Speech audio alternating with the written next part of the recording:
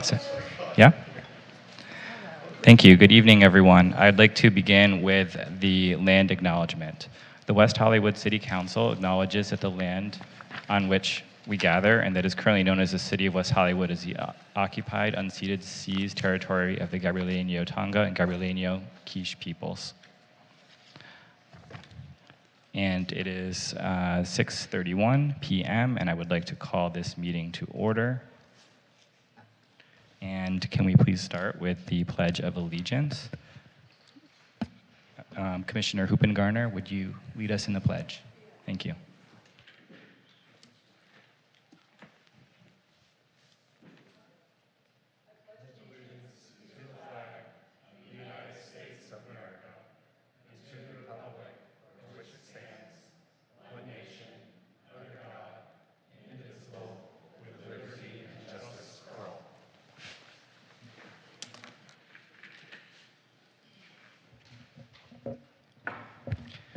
Thank you. Secretary Gillig, may we have roll call? Thank you, and good evening, Commissioners. Commissioner Solomon. Here. Commissioner Matos. Present. Commissioner Jones. Here. Commissioner Hoopengarner. Present. Vice Chair Gregoire. Here. Commissioner Carvalero. Here. Chair Lombardi. Here. And we have a full member quorum. Okay, thank you.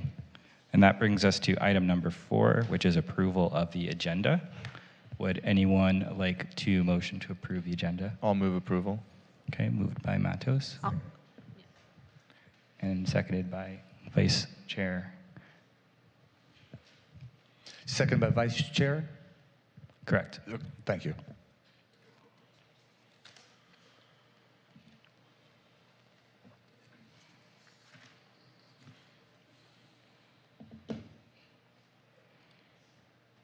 And the motion passes unanimously, approving the agenda for Thursday, September 5th, 2024, as presented. Great, thank you. Item 5, approval of the minutes. And we have a fully transcribed minutes from August 15th, 2024. Oh, I'm sorry. Staff does have one correction. Oh, Thank you. yes.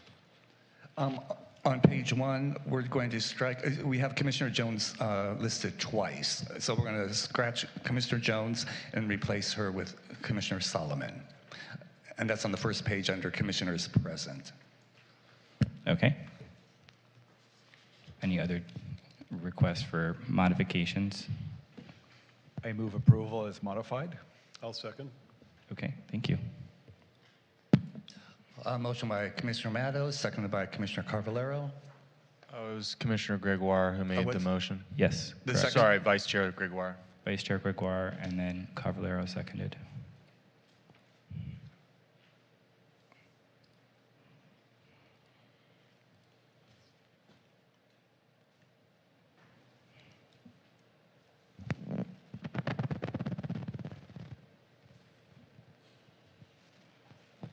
And the motion passes unanimously, approving the minutes for August 15th, 2024, as amended. Thank you. Item 6, public comments.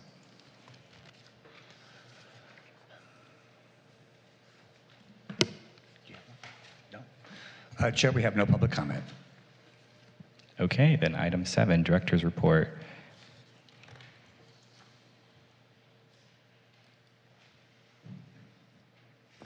Good evening, Chair, Vice Chair, and the entire West Hollywood Planning Commission. Nick Marisich, your Director of Community Development.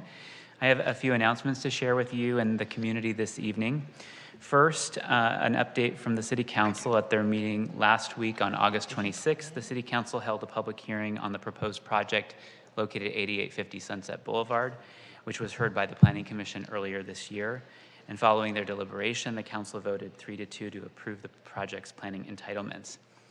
Next, I wanted to share an update on the launch of our online permitting system.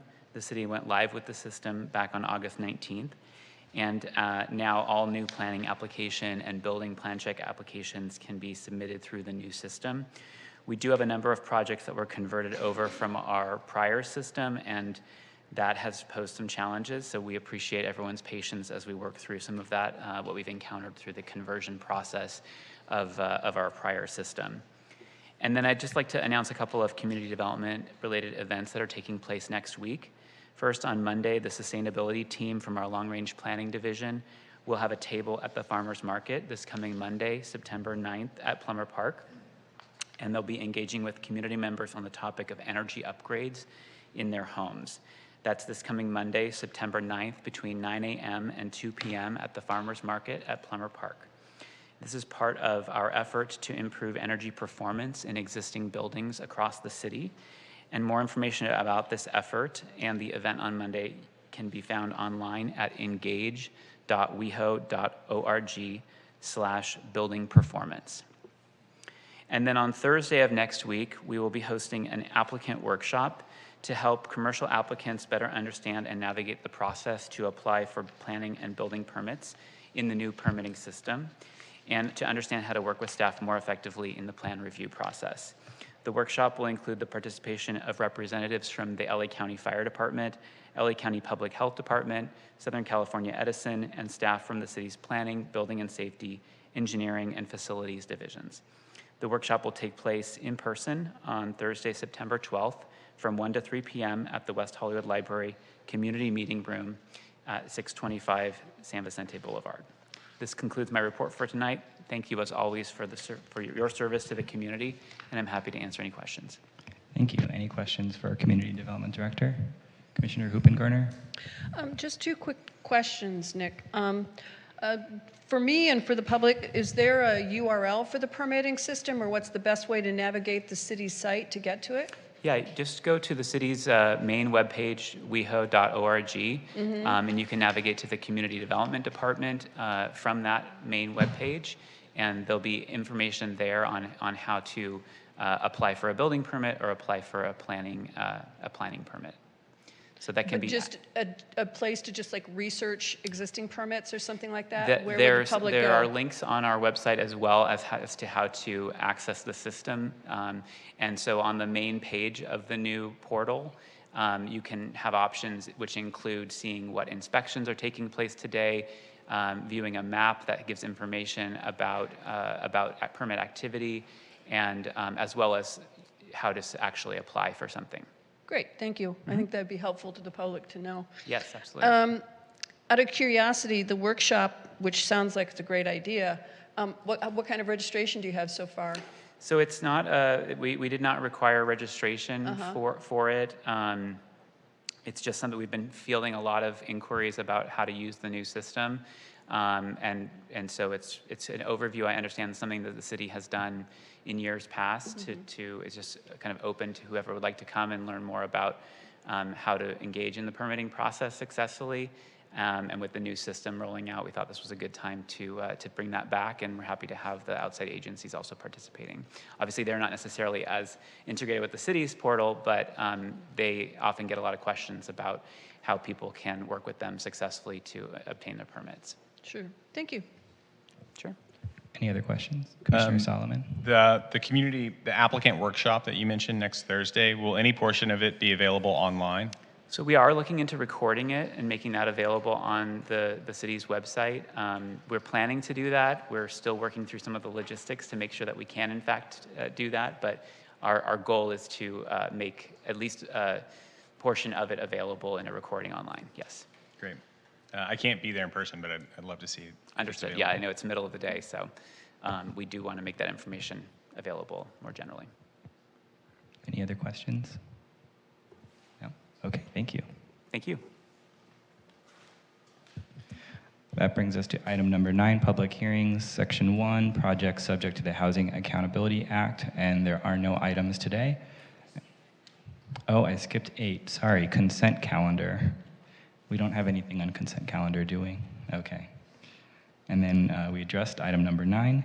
Item 10, public hearing, section 2, other items that require a public hearing. And we have one item today, item 10A. This is a public hearing regarding a proposed request to enter into a development agreement that would extend the implementation and construction timeline for a previously approved new 9-story commercial development for the property located at 8920 Sunset Boulevard, West Hollywood, California. And I believe we'll be starting with a staff report.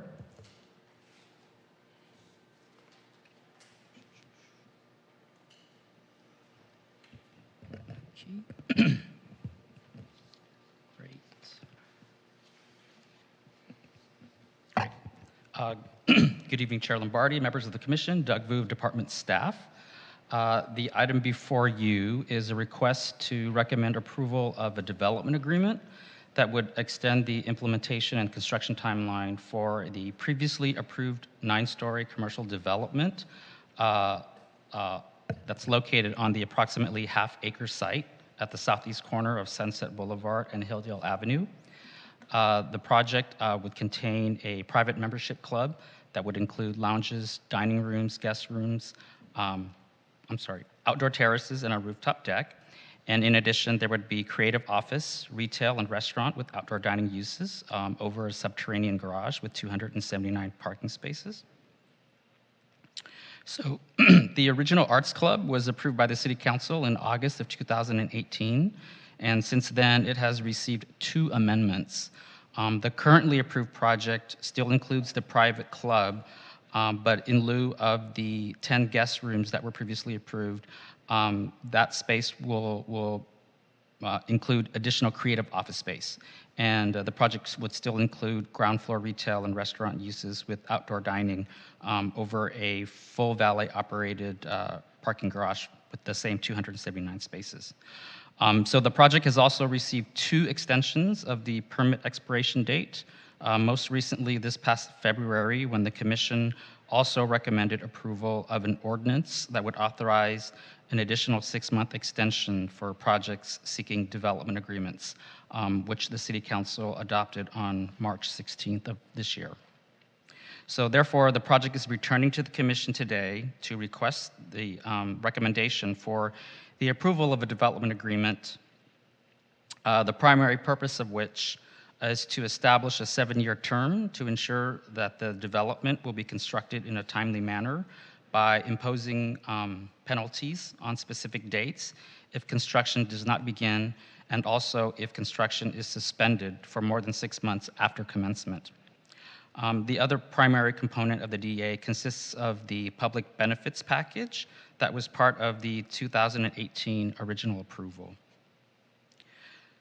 So the proposed findings that consist of determining that the proposed agreement is in the interest of the city, that it is consistent with the general plan and other applicable plans and ordinances, including the Sunset Specific Plan, that it does not adversely affect the public, and that it is in compliance with the required contents of a development agreement are included in your draft resolution.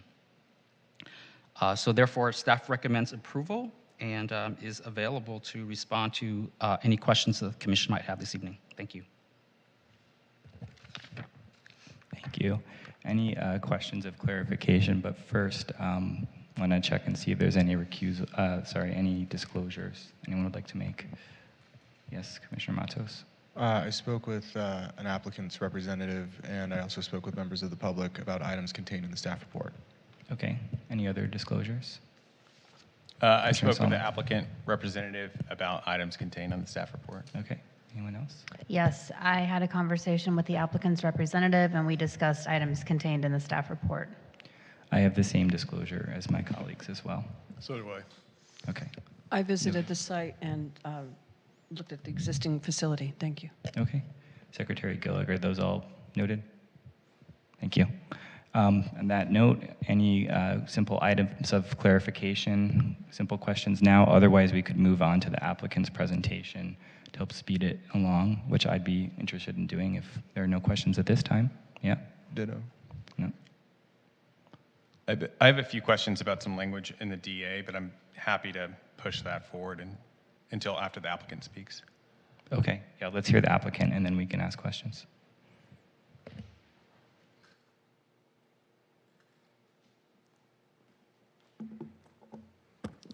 Good evening, Chair Lombardi and Commissioners. DJ Moore of Latham and Watkins on behalf of 8920 Sunset, the applicant. Chair, we'd like to request, since we are the only hearing item tonight, 12 minutes, including rebuttal for our presentation this evening. Sorry, you're asking for 2 more minutes? 2 more minutes, yes. Okay, well, is everyone okay with that? I mean, let's aim for 12.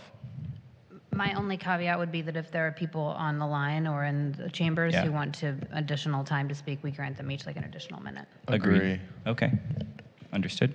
Wonderful, thank you very Thank you.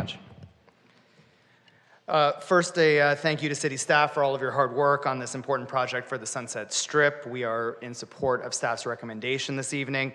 And tonight, I just want to spend a few minutes on the development agreement and highlight the project's public benefits package. For those of you who are not familiar with the project or those who would just like a refresher, I'm going to share a few renderings of the Gensler design project. Next slide.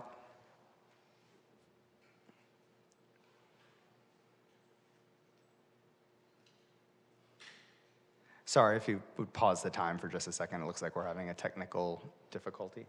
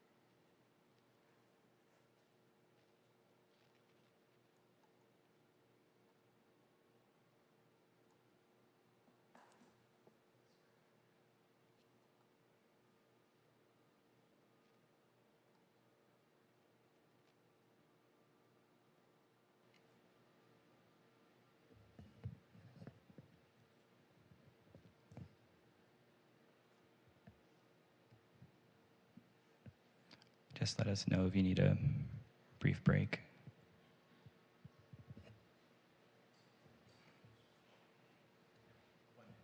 Okay.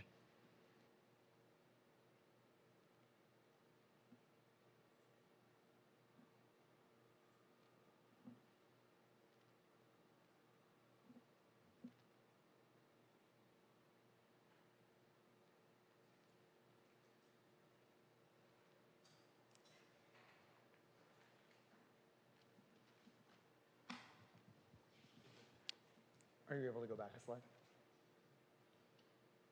And you at 11 minutes, 30 seconds. Thank you so much, David. Okay, so I'm going to share a few renderings of the approved Gensler design project. This is a view looking south on Sunset Boulevard towards Hilldale, and really highlights the unique design and building facade that were elements of this landmark project when the city approved it in 2018. The project would replace the former Hustler building on the corner of Hilldale and Sunset. Next slide.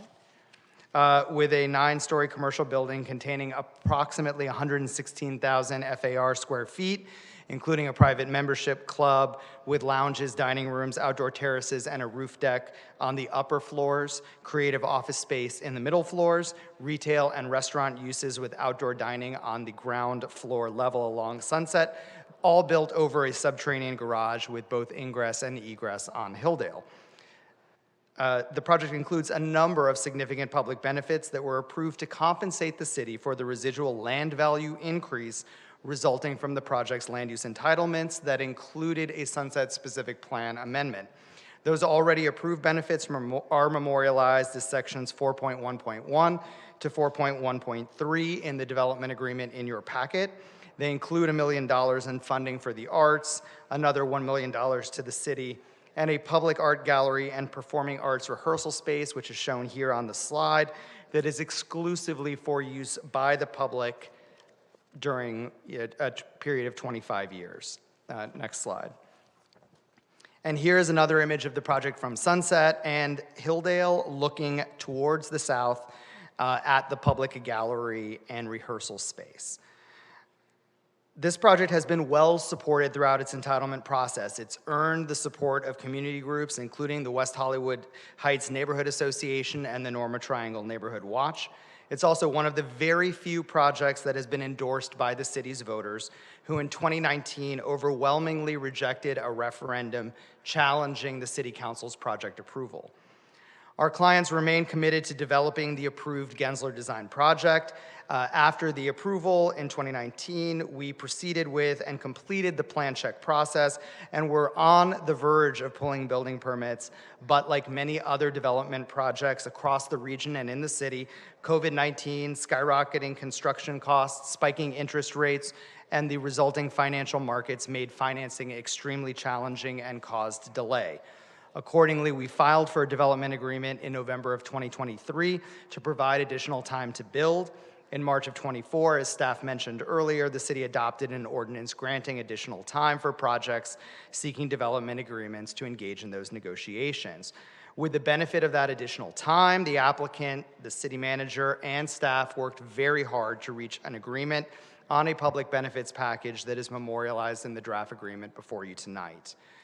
In addition to over $12 million in public benefits the city required in 2018 through the residual land value process, the development agreement also includes several new monetary and site activation benefits. The monetary benefits are twofold. First, a tiered payment structure requiring up to $5 million during the development agreement's term until construction commences. And second, a penalty payment of up to $4 million if construction starts and is then suspended for more than 6 months. The goal of these requirements is not only to provide a public benefit to the city, but also to incentivize development to occur on a faster timeline. That is why the payments are lower in the first few years, to encourage the applicant to move faster with construction, with higher payments starting in year 4. This project does not currently pencil economically, which is why the applicant has not yet commenced construction. However, construction costs have started to stabilize. It appears that interest rates are coming down, or hopefully.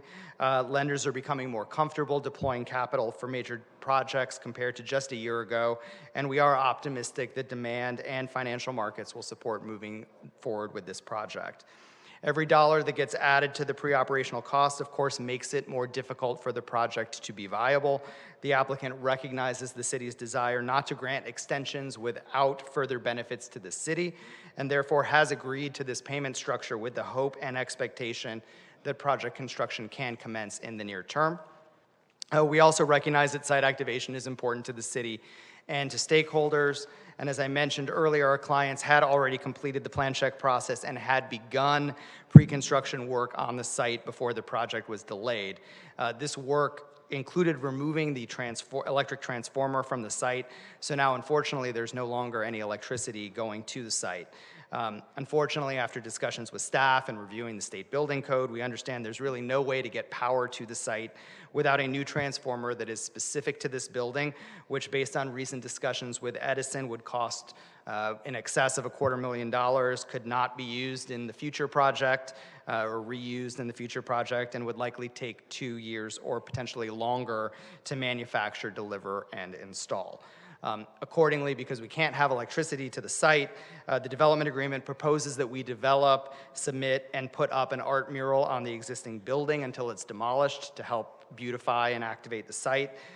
The idea is that this mural will be consistent with the city's mural program, and as negotiated with staff, it's important to have an artist on board and go through the Arts and Cultural Affairs Commission process for public art before making a specified proposal about location and size and what it's going to look like.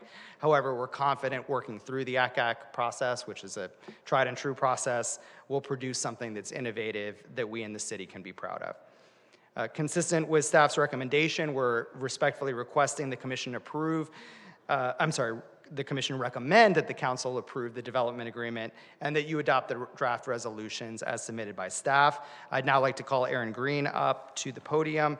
He has a written message from our clients who are currently in London and unfortunately couldn't be here tonight. Thank you very much. 5 minutes, 11 seconds. Thank you, David.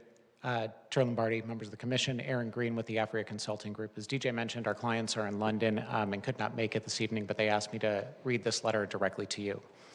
So, dear commissioners, thank you for the opportunity to present this development agreement to you for your consideration this evening. As many of you know, the 8920 Sunset Boulevard project has faced numerous challenges. Sorry, I'm getting older, I need to take off my glasses. From unexpected delays to the profound impacts of the COVID-19 pandemic, the resulting economic turmoil affecting inflation and uncertainty around demand. Specifically, office demand has taken a real hit and the market has been slow to return. Despite these obstacles, we as the owners have remained unwavering in our commitment to this vision. We have collaborated closely with the city manager and his dedicated team to chart a path forward, one that will bring to life a development we all believe will be a landmark addition to the Sunset Strip. Since 2015, we have invested significant time, resources, and effort into the entitlement process, and we stand ready to continue doing so. The road to finalizing the development agreement has been long, but we are proud to present a proposal today that reflects our deep commitment to the community and to this project's potential. The public benefits we have outlined are as extensive as they can be, and we firmly believe they will serve as a powerful incentive to move forward in partnership. However, we would like to make it clear that the project is already extremely challenged from a viability perspective, and there is simply no more that we are able to accommodate financially without tipping it over the edge and jeopardizing the entire project. If that were to happen, then rather than us being able to begin to activate the site, it would instead remain in its current dormant state, depriving the city and the Sunset Strip of jobs, tax revenue, and cultural enrichment that this project will deliver if it is allowed to continue. We are determined to undertake the project and to make it, and we believe it is important to recognize that the financial commitment required by this development, the financial commitment does not end with the development agreement, but rather is just the start. Should the city approve the DA, we will begin immediately to invest significantly in remobilizing our consultant team and working hand in hand with the city in order to get construction underway. These additional costs come on top of the substantial public benefits we have already committed to, and further upfront costs would make the project less viable, not more. We strongly request that you recommend the current proposed development agreement to the City Council for a hearing in October. Together, we can ensure that this project not only succeeds, but becomes a beacon of progress and creativity for the entire community. Thank you for your time and consideration. The 8920 Sunset Boulevard owners. Thank you very much. Thank you. Are there any questions at this time for staff or the applicant? Otherwise, we could hold for public comment first. Sorry, we're not taking public comment right now, and you have to fill out a slip if you would like to speak. David, could someone, okay. One moment. From my colleagues, do you have questions at this time, or, okay. Yes, so we'll start with that. I'll start with Commissioner Solomon. In the presentation, we heard mention of the referendum that took place on this project in 2019, I think March or April. What are the, maybe for staff, what were the results of, I guess, maybe to back up, tell us about the item that was on the ballot for WeHo voters and how did it fare? So when the City Council adopts a legislative item, there's a period where there can be a petition filed to have the issue brought to the voters. It's called a referendum, so that the voters can have a say in whatever that legislative item was. And so when the Sunset Specific Plan was changed for this project and that ordinance was passed, a group did complete a petition and file for a referendum. So the project was approved in August. The referendum was filed within 30 days of the effective date of the ordinance, or no, within 30 days of the adoption. And then the vote was held in March of the following year, which was 2019. The vote, I believe, was somewhere in the neighborhood of in the 70% in favor of letting the project stand versus something around 30% in favor of rejecting the project and the changes to the specific plan. And then that was certified on April 1st in 2019. Got it. Thank you. Commissioner Hoopengartner.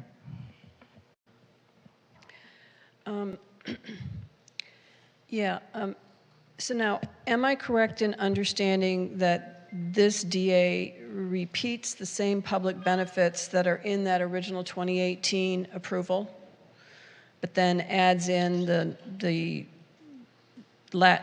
penalties relating to non-start of the construction as well as the construction delays? That is correct. Okay. So,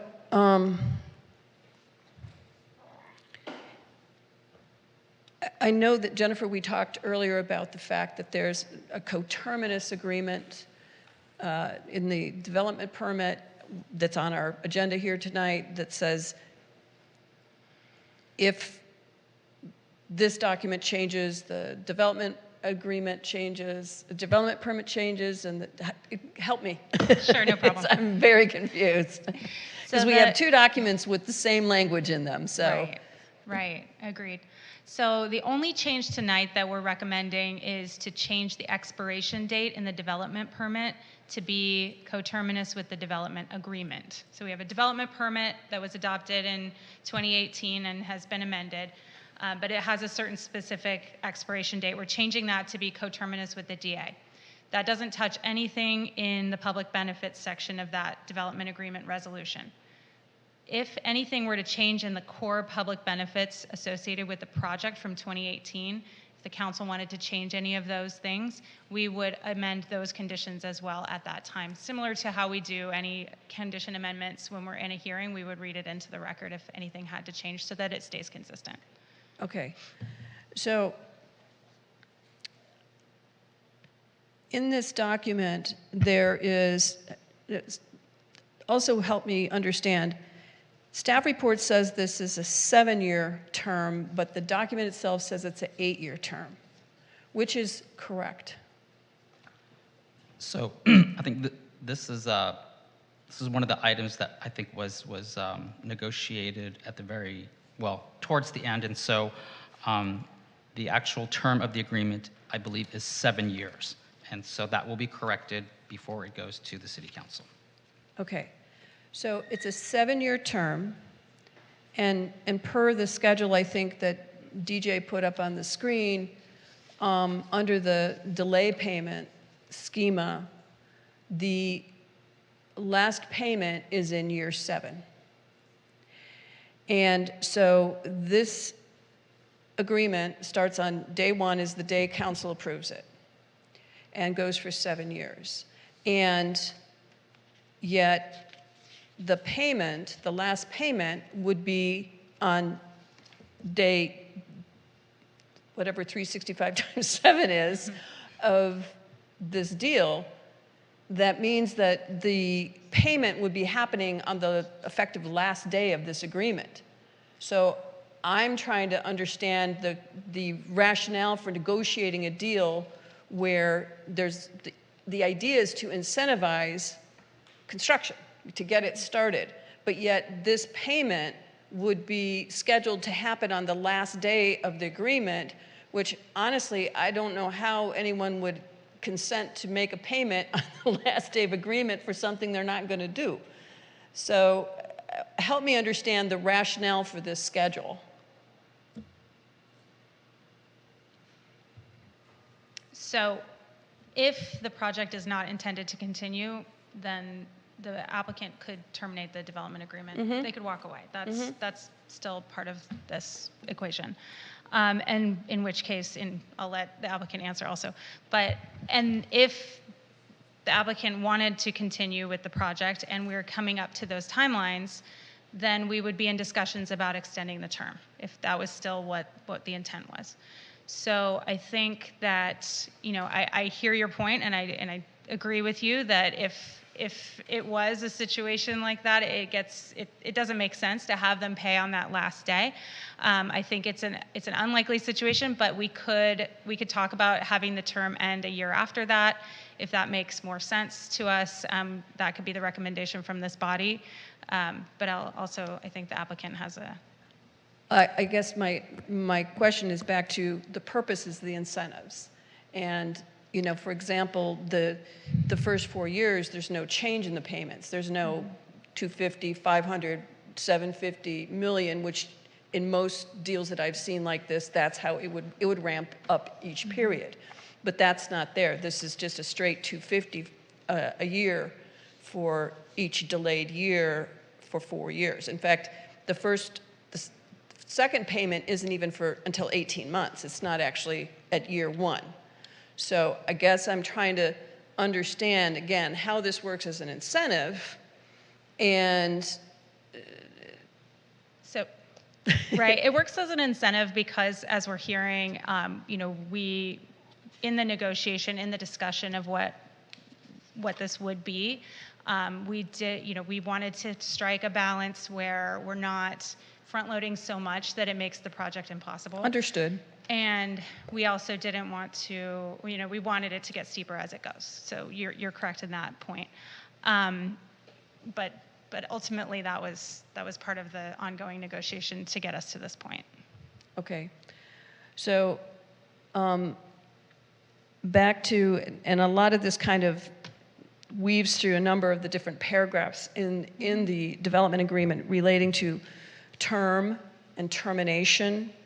And this ties then to the construction delay payments. And the fact that you can terminate, that the applicant can terminate the agreement at any time with a 30 days notice. So, and you and I, Jennifer, talked about, and this is back to the co-terminal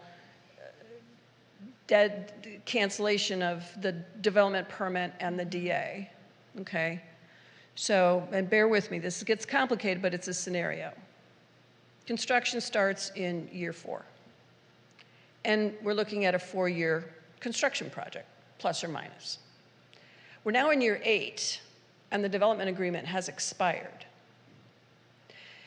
And there's language here about delays in construction.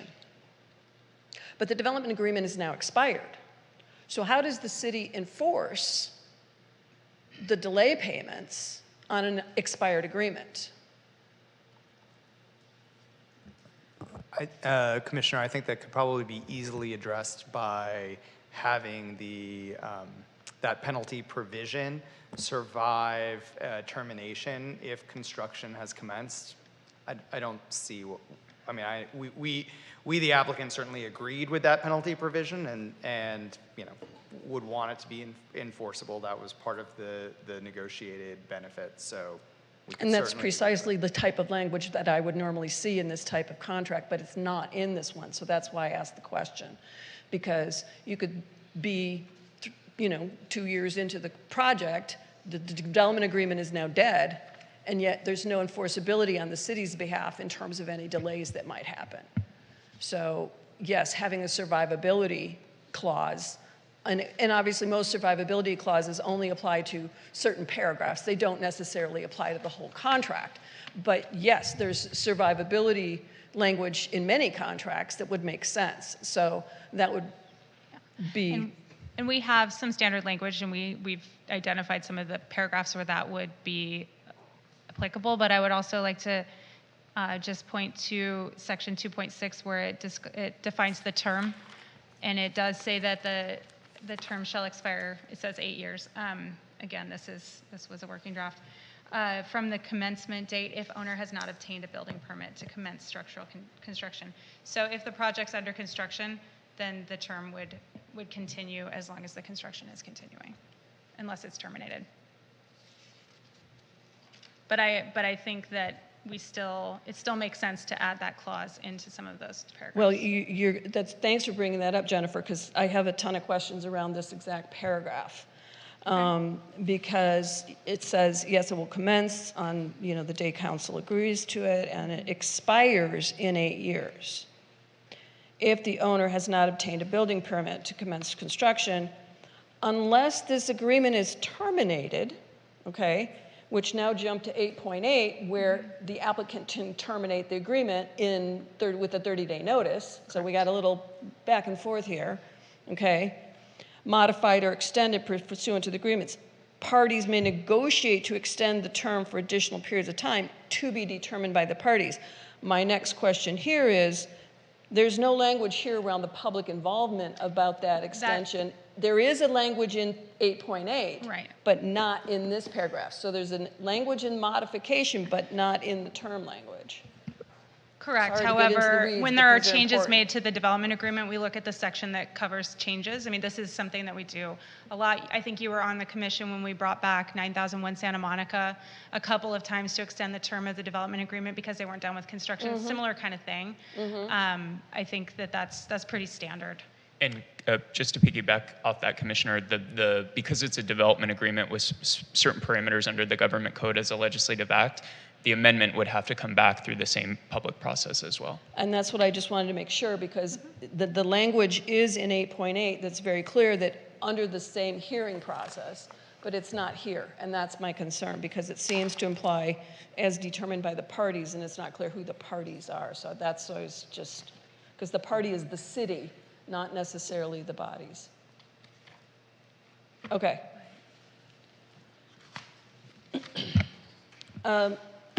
Let's jump to these public benefits and 4.1.1.3. This is the public space. This is nitpicky, but I think it's important that you have timeframes for the usage and when things can be done.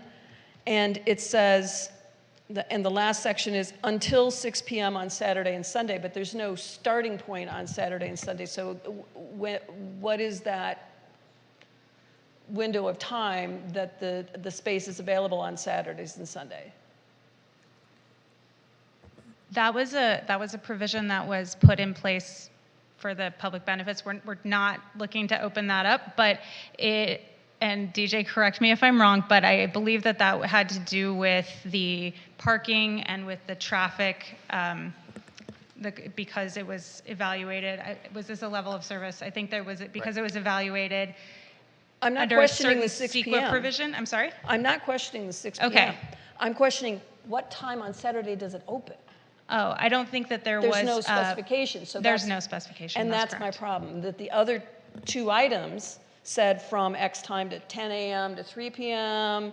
and that after 7 p.m. they can have rehearsal groups that are larger than 120 people. But then the next clause is, until 6 p.m. on Saturday and Sunday, rehearsal groups of up to 135 people are allowed. Starting when? Starting at the normal operating hours that are allowed in the city. So 7 a.m., I believe. Okay, so, and not the 10 a.m. start of the other days? It's not limited to that, no. Okay, it's just very vague, so that's an understanding, but it's not stated here. And again, the only reason there's any hours in here at all is because we had to provide some guardrails because of the environmental analysis and the parking availability. Of course, but also it's a public benefit and it needs to have hours available to the city. Okay.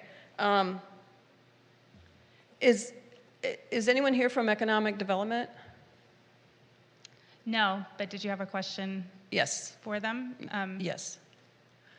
So I know you don't want to open this conversation, but I'm afraid, in the best interest of the city, what is $50,000 worth 30 years from now at a 3% interest rate? If you discount that back, what is that worth? In today's dollars, what is $50,000 worth in 30 years?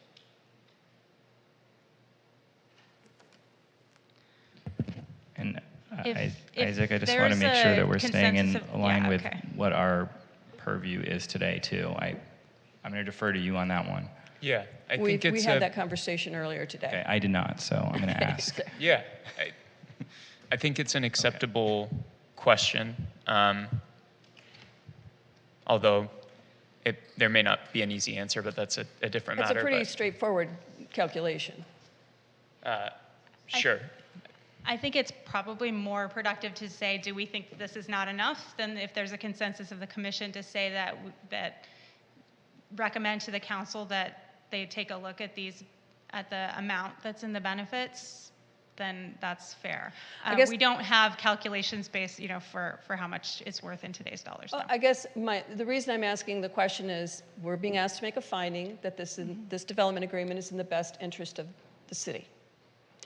And so this deal, as we all just discussed, was negotiated 7 years ago, really, was agreed in 2018, okay?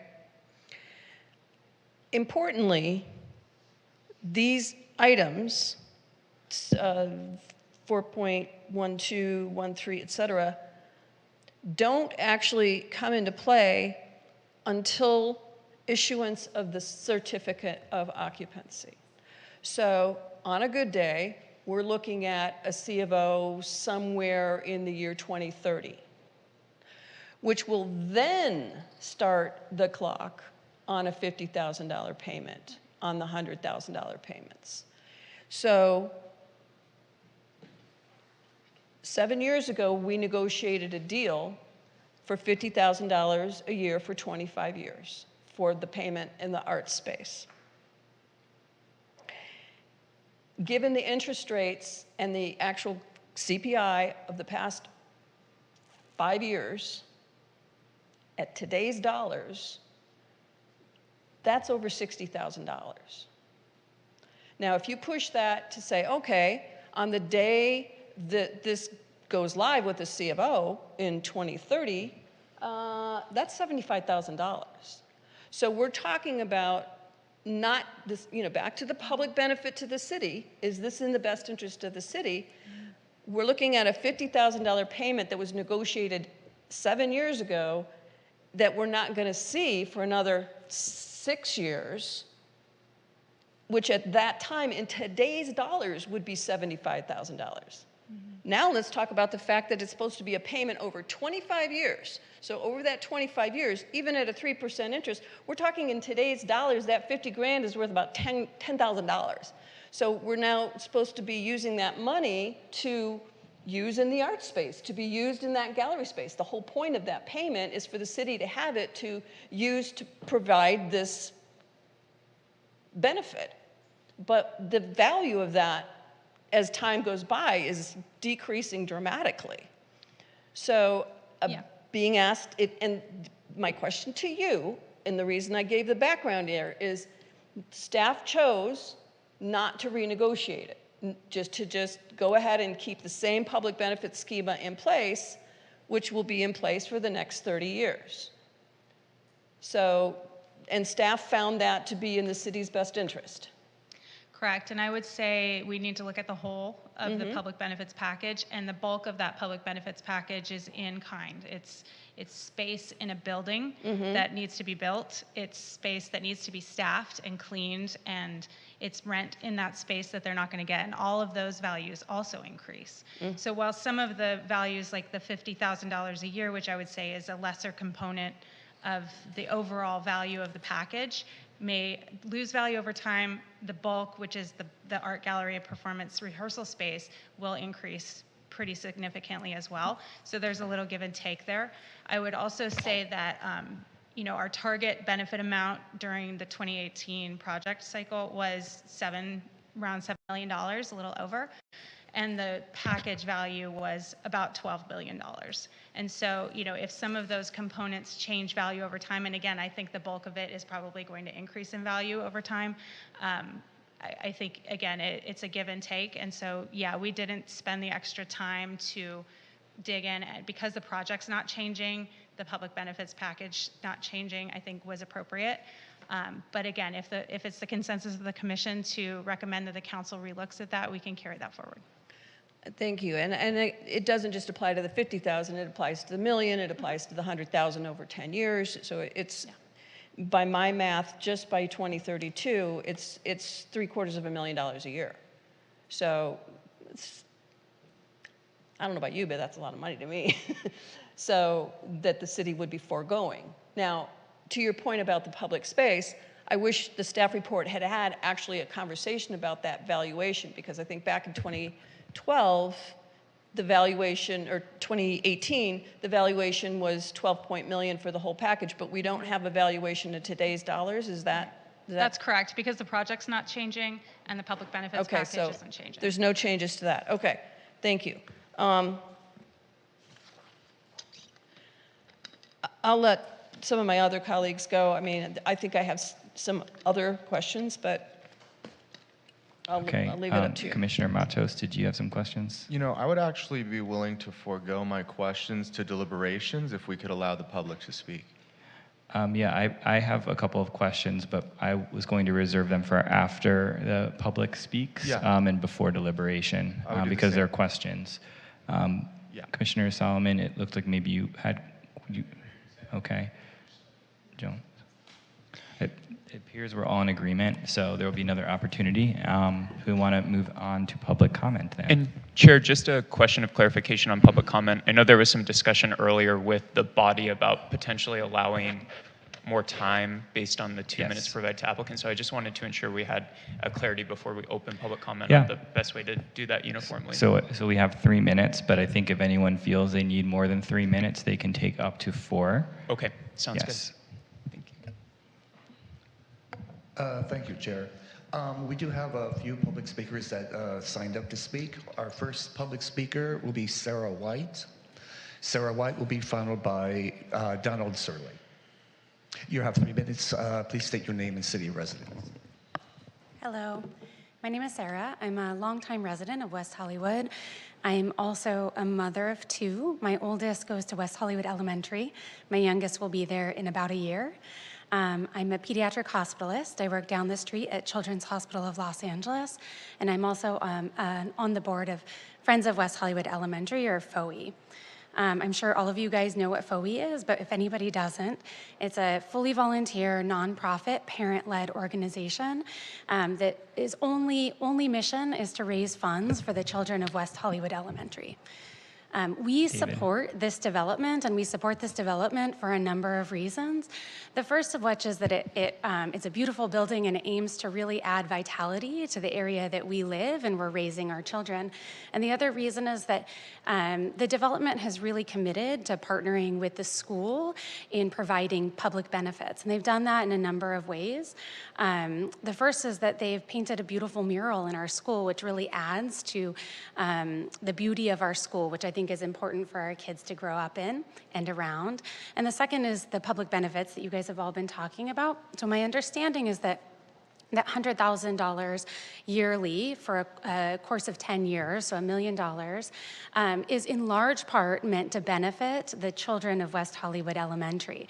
And one of my concerns is that in the language of the document, I don't believe that there's anything that actually ties it to that. I believe that that money would go to you all, and then you would have the opportunity to disseminate it as you guys see fit. And while I have faith and trust in you guys all to see the benefit of supporting our one and only public school, I still feel that it would be imperative that we link those monies to the arts and the enrichment, the development of our children in West Hollywood Elementary. Thank you. Thank you, Sarah. Thank you. Our next public speaker will be Donald Surley, and he will be followed by our final public speaker, Victor Olmachenko. You have 3 minutes. Please state your name and city of residence. My name is Don Searle, and I'm a resident here in West Hollywood. I do support this project, and specifically the development agreement that would extend the implementation and the construction time frame as it was previously approved. I think the operative word here is previously approved. I hear a lot of talk about changing it or questions about it. Well, this decision happened a long time ago. I don't know why we're sitting here discussing this. We are making development in this community unsustainable because of the ridiculous and lengthy timeframes that it takes to do anything here. This developer tried years ago to get this through, and through no fault of his own, COVID happened, economics changed. I understand that. Give him his approval, let him start. That's a blighted block. That building has been abandoned for a long time. I'm getting tired of it. We have made a lot of strides in this community, particularly on Dehaney Drive. We changed the format of that entire street by allowing high-rises there. And all of these projects that are coming in here are changing Sunset. Let's be progressive. Let's be visionary. Don't stop this project because some kind of pure bureaucratic questions that you have about an agreement that you made years ago. Get on with it. Thank you. And our final public speaker will be Victor Omelchenko. Victor, you have 3 minutes. I may need 4 because I've been following this project for a long time. Good evening, Planning Commissioners. I'm Victor Omelchenko, a 23-year resident of West Hollywood, and I welcome Andrew Solomon to the Planning Commission, and I understand that Ms. Jones is back with a new baby, and congratulations to both of you. And when I think to myself, my God, Silver may be entering graduate school, and your baby, Ms. Jones, may be entering college by the time this project gets done. Will it ever be done? But as you review the city staff's report, please consider recommending to the City Council that the terms of this development agreement, and especially its public benefits package, be adjusted upward as this long gestating project continues to evolve. I know that we've been discussing the $12.1 million original public benefits package. Is that really the best public benefits package we can get? Regarding item 3 on page 5 of the staff report, which says an additional $1 million in cash payment to the city, and at least 25% of that shall be allocated to the city's Affordable Housing Trust Fund. Well, I think you should recommend, you have the discretion to recommend to the City Council that you recommend more than a paltry $250,000 for affordable housing, given that nowadays just one bedroom affordable housing unit costs about $700,000 to build. And we are continually hearing that there is a housing crisis in the state.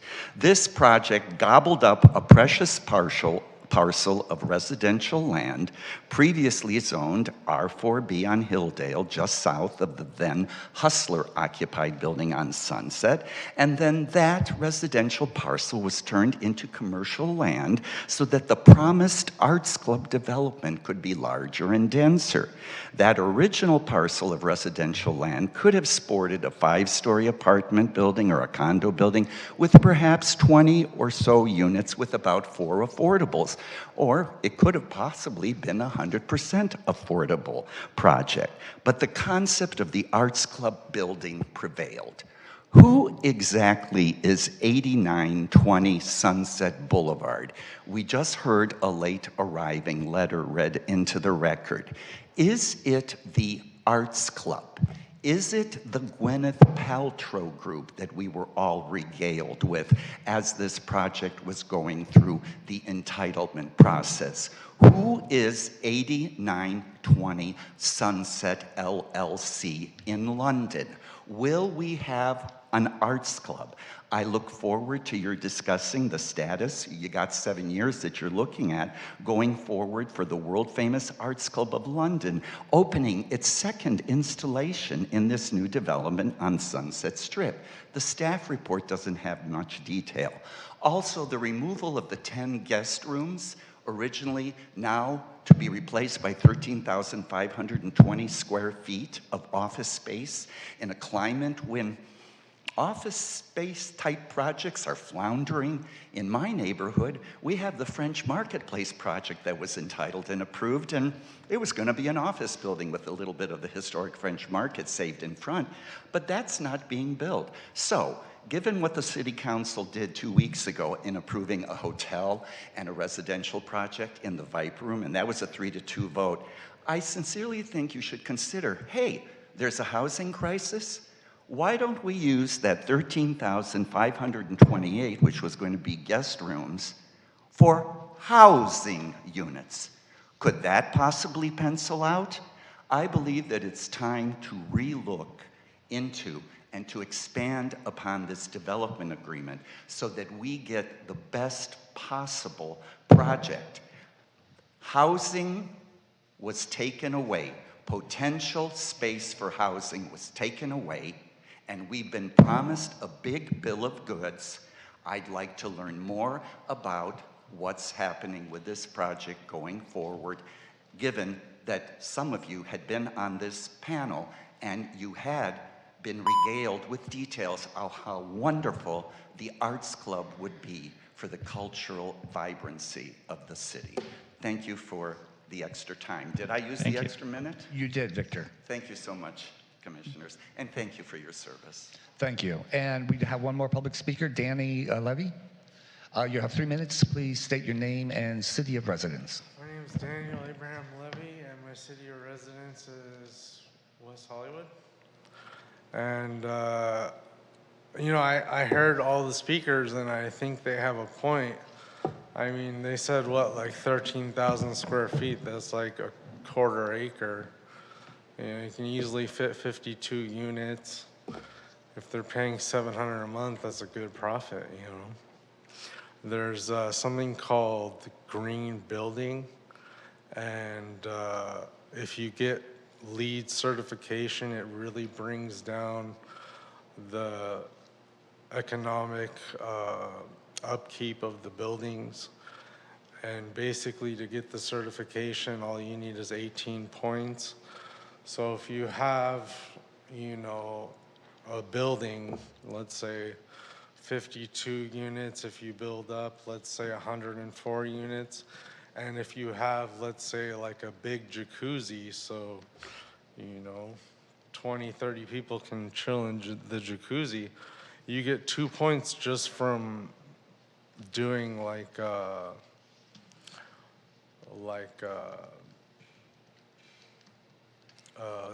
sun ray transformation into energy that heats the jacuzzi. And you know, you can put solar panels on the roof. I mean, you only need like 4 pounds per square feet on the roof to hold the solar panels.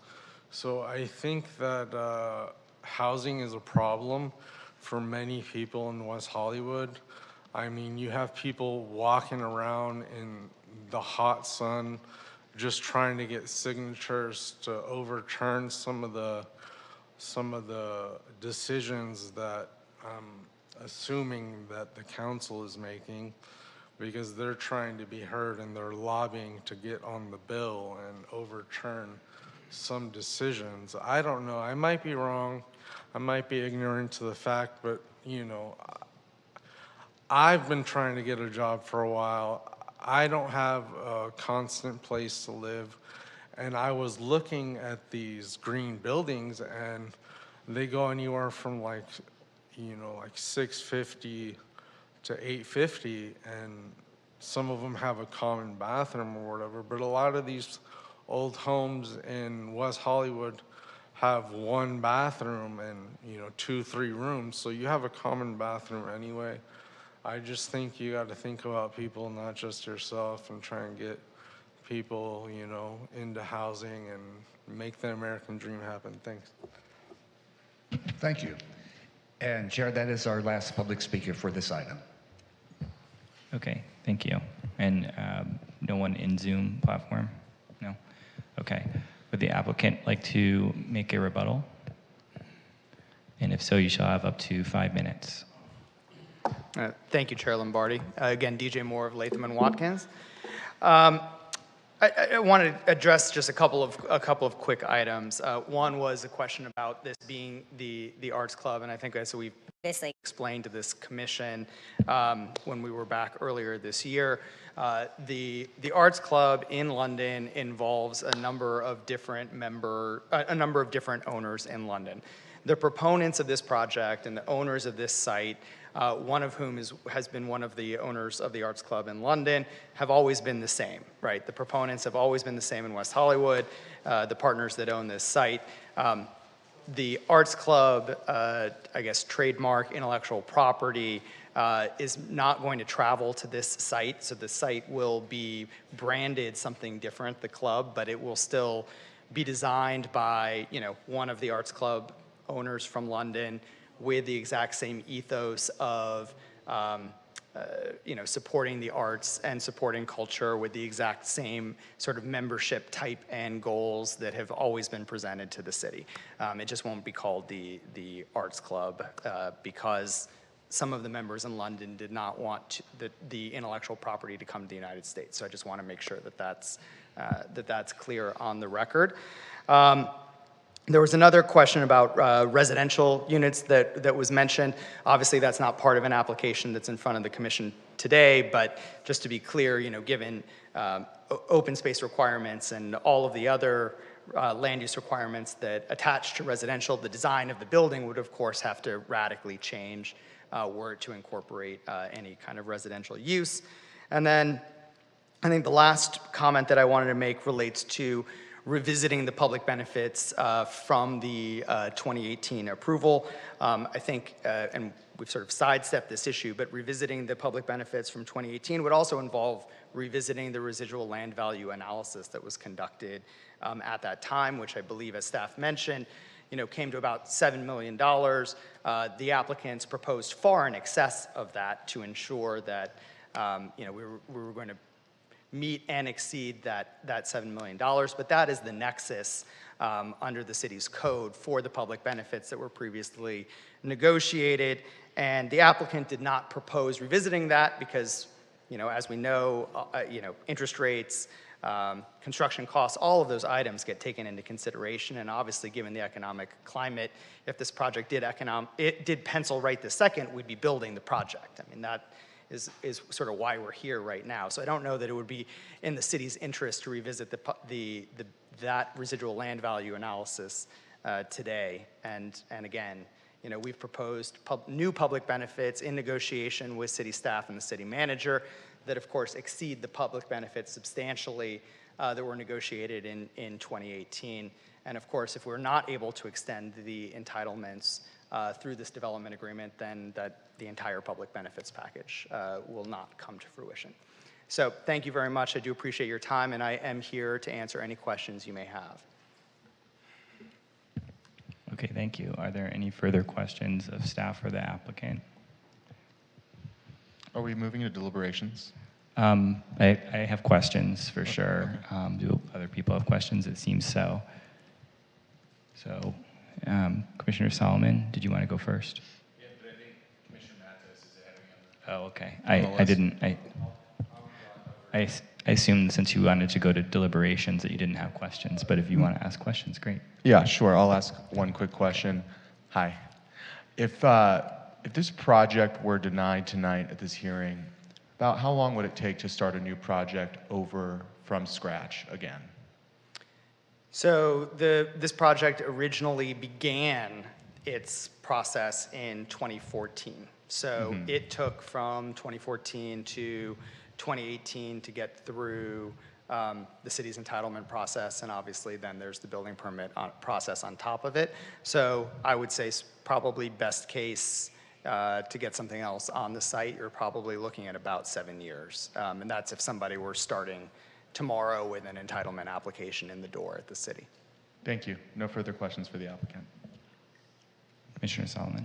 A couple of questions for the applicant, a couple of questions for staff. But since we have you, DJ. We heard public comment from Ms. White, I believe her name was, about the West Hollywood Elementary, and it seems like maybe some sort of informal relationship with the public benefits from there. There's nothing spelled out in the DA specifically contractually about what the contribution would be to FOE or to the elementary school in general.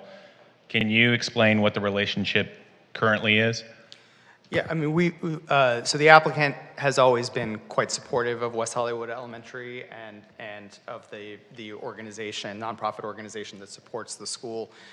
When the public benefit package was originally negotiated, the concept, and I believe what we put forward to the city, was that $1 million over 10, or $100,000 a year over 10 years would be allocated to Friends of West Hollywood Elementary. I believe that there was concern at the time, and I think the city has expressed concerns about this on other projects and other public benefits packages, about identifying specific recipients, specific non-recipient city recipients in public benefits conditions, in development permits. And so the FOE was not specifically identified.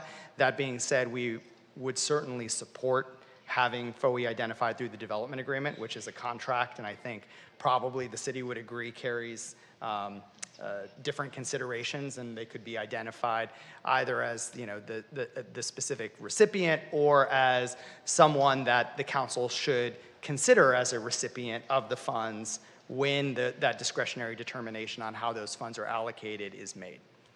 I ask because in the working draft of the development agreement in front of us, in section 4.1.2, it does designate somewhat specific funds. I think 25% to the Sunset Boulevard Beautification Fund and 25% to the city's Affordable Housing Trust Fund. Are you saying that the original proposal was the dollars that we're referencing in that section would have gone to FOE? No. So the dollars in that section, so I believe there's a distinction, or that the city drew a distinction, because those, I believe, are city funds, and so the city controls them, as opposed to providing funds to a third party. So the provision that, I'm just looking through here, sorry. Would it be then in 1 second. 4.1.3? Yeah, it's 4.1.3. That was the Okay, Friends of West Hollywood Elementary money. Another question for the applicant. I come to this commission recently, thank you for the warm welcome, Victor, from the Public Facilities Commission, where I was on that for 3 years, and the request that we heard most often during my tenure there was from the West Hollywood Community Garden community. To give kind of a brief overview of the WeHo Community Garden, it has existed in some form or another since 1985, and typically the community garden has always occupied a privately held vacant lot, and it's kind of been a whack-a-mole where we will put 20 to 30 garden beds in that vacant lot until a developer does something with that lot and builds on it. And most recently, that community garden was located on Detroit Street, Detroit Avenue, right by Plummer Park. And they had that disruption as I believe it's a 100% affordable housing project is going up there. So they were recently moved, just completely taken out of that spot, and on the PFC and then council as well, we wanted to give them space so that they could still exist, and they're currently using temporary space at Plummer Park while we wait to see what happens with Plummer Park. It's very rare to see a vacant lot that has the opportunity, that might be vacant for a longer period of time than we would want, but has the opportunity to have that open space where people can bring in garden beds. It's a program that's run by the city of West Hollywood, and the wait line for the current garden program is tremendous. We have 44 beds in Plummer Park, and the waiting list is 100 people long and deep after that 44. I am wondering if the applicant would be amenable to, during the period while we're waiting for economic conditions to change, as it's sitting there, if they could consider using this property as a potential for a community garden. So I'm only familiar with the community garden concept at a very high level, but is the way that it's structured, are those sort of like movable beds? They're sort of like prefabbed beds that come in and are laid down? Yeah, so right now, most of the beds are at Plummer Park in the north parking lot, right along Fountain. So you obviously can't grow any tomatoes out of the asphalt. So they have raised garden beds. And then there's another section in Plummer Park where the rest of the beds are, and it's the same raised garden beds. So each gardener signs a 1-year, the way the program operates currently, signs a 1-year deal with the city. I think they pay $100. They get a key because there's fencing that goes around it. And they are provided with a bed, the soil, and there's a water hookup there. And they can come and go as they please on it and raise their tomatoes till the end of their term. Unfortunately, I think the grand opening is on Saturday at Plummer Park, is the grand opening of the newly revised Plummer Park Community Garden, but they're always looking for more space. So that's the gist of how the program operates. I think the devil's in the details on. I'm sorry, but those beds are not on asphalt. They're on soil. They are on asphalt. They are raised beds. They are wooden beds. I mean, it's in the parking lot. Some of them, half of them are in the parking lot. Just in terms of keeping things on schedule, that we stay focused Would the on the applicant matters at be hand amenable today.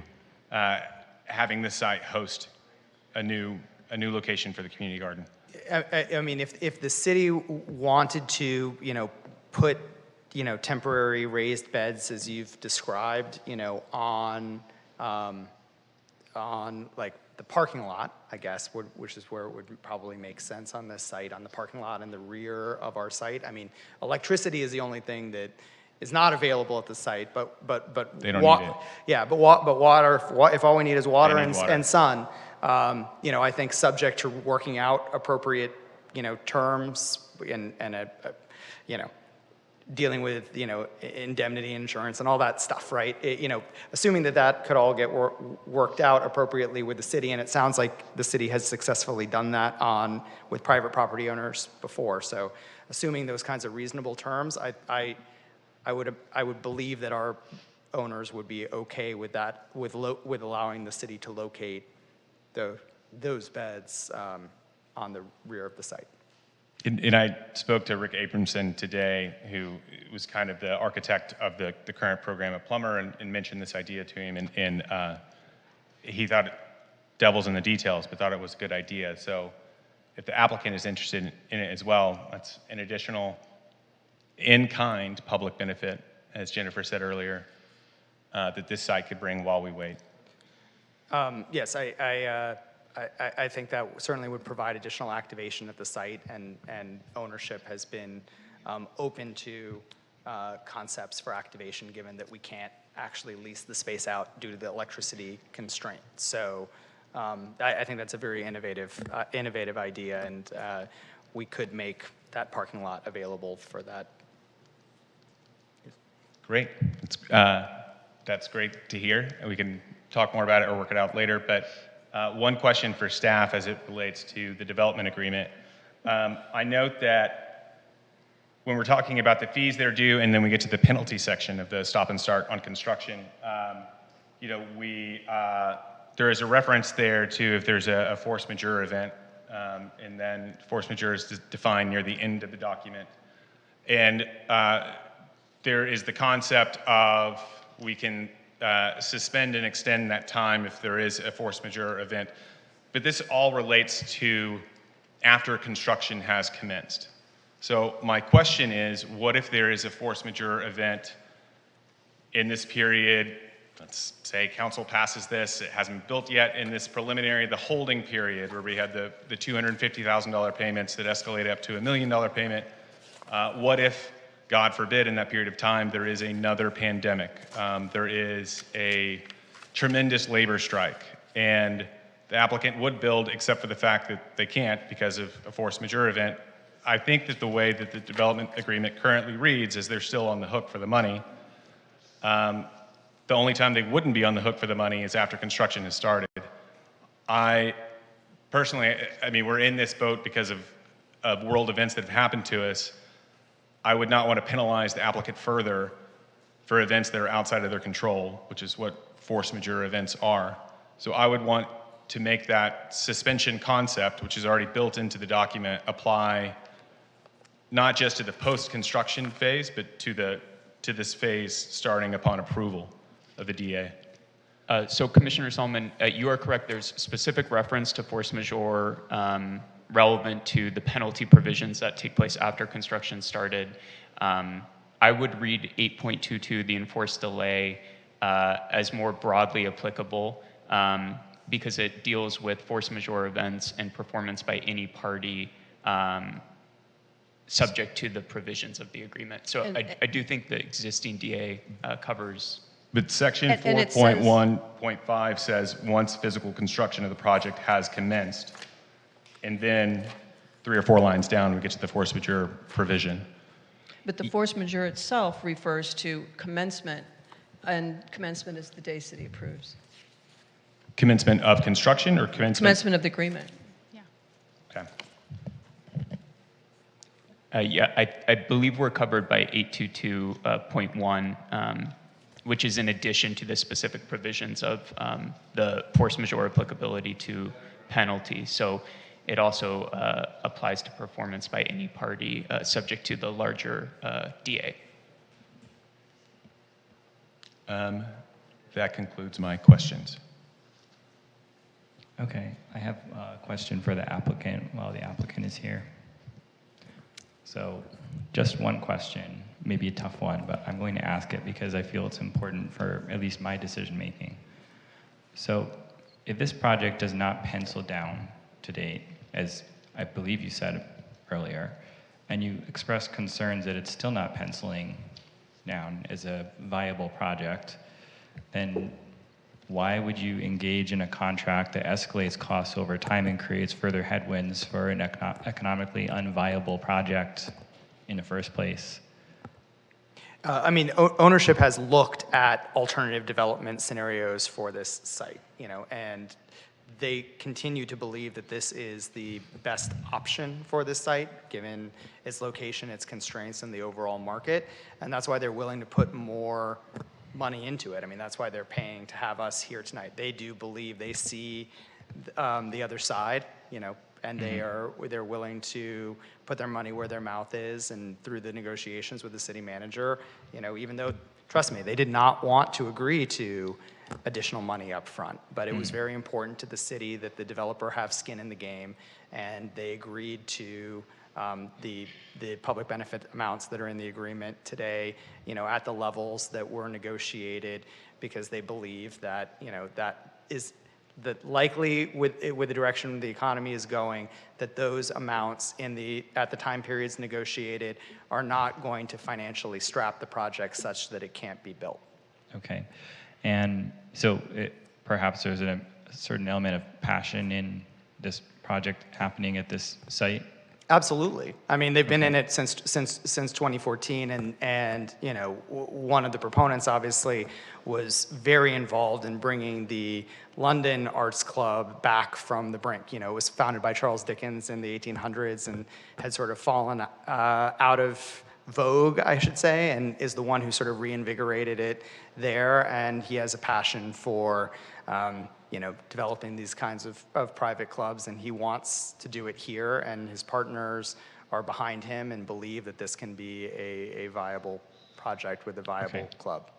And I guess I'm still perplexed as I was before on the idea of more office space and fewer or no guest rooms, and how that all pencils in as well. I guess I'm just trying to, again, understand, like, in this iteration, how we're here again, asked to, you know, extend this again, and costs are escalating.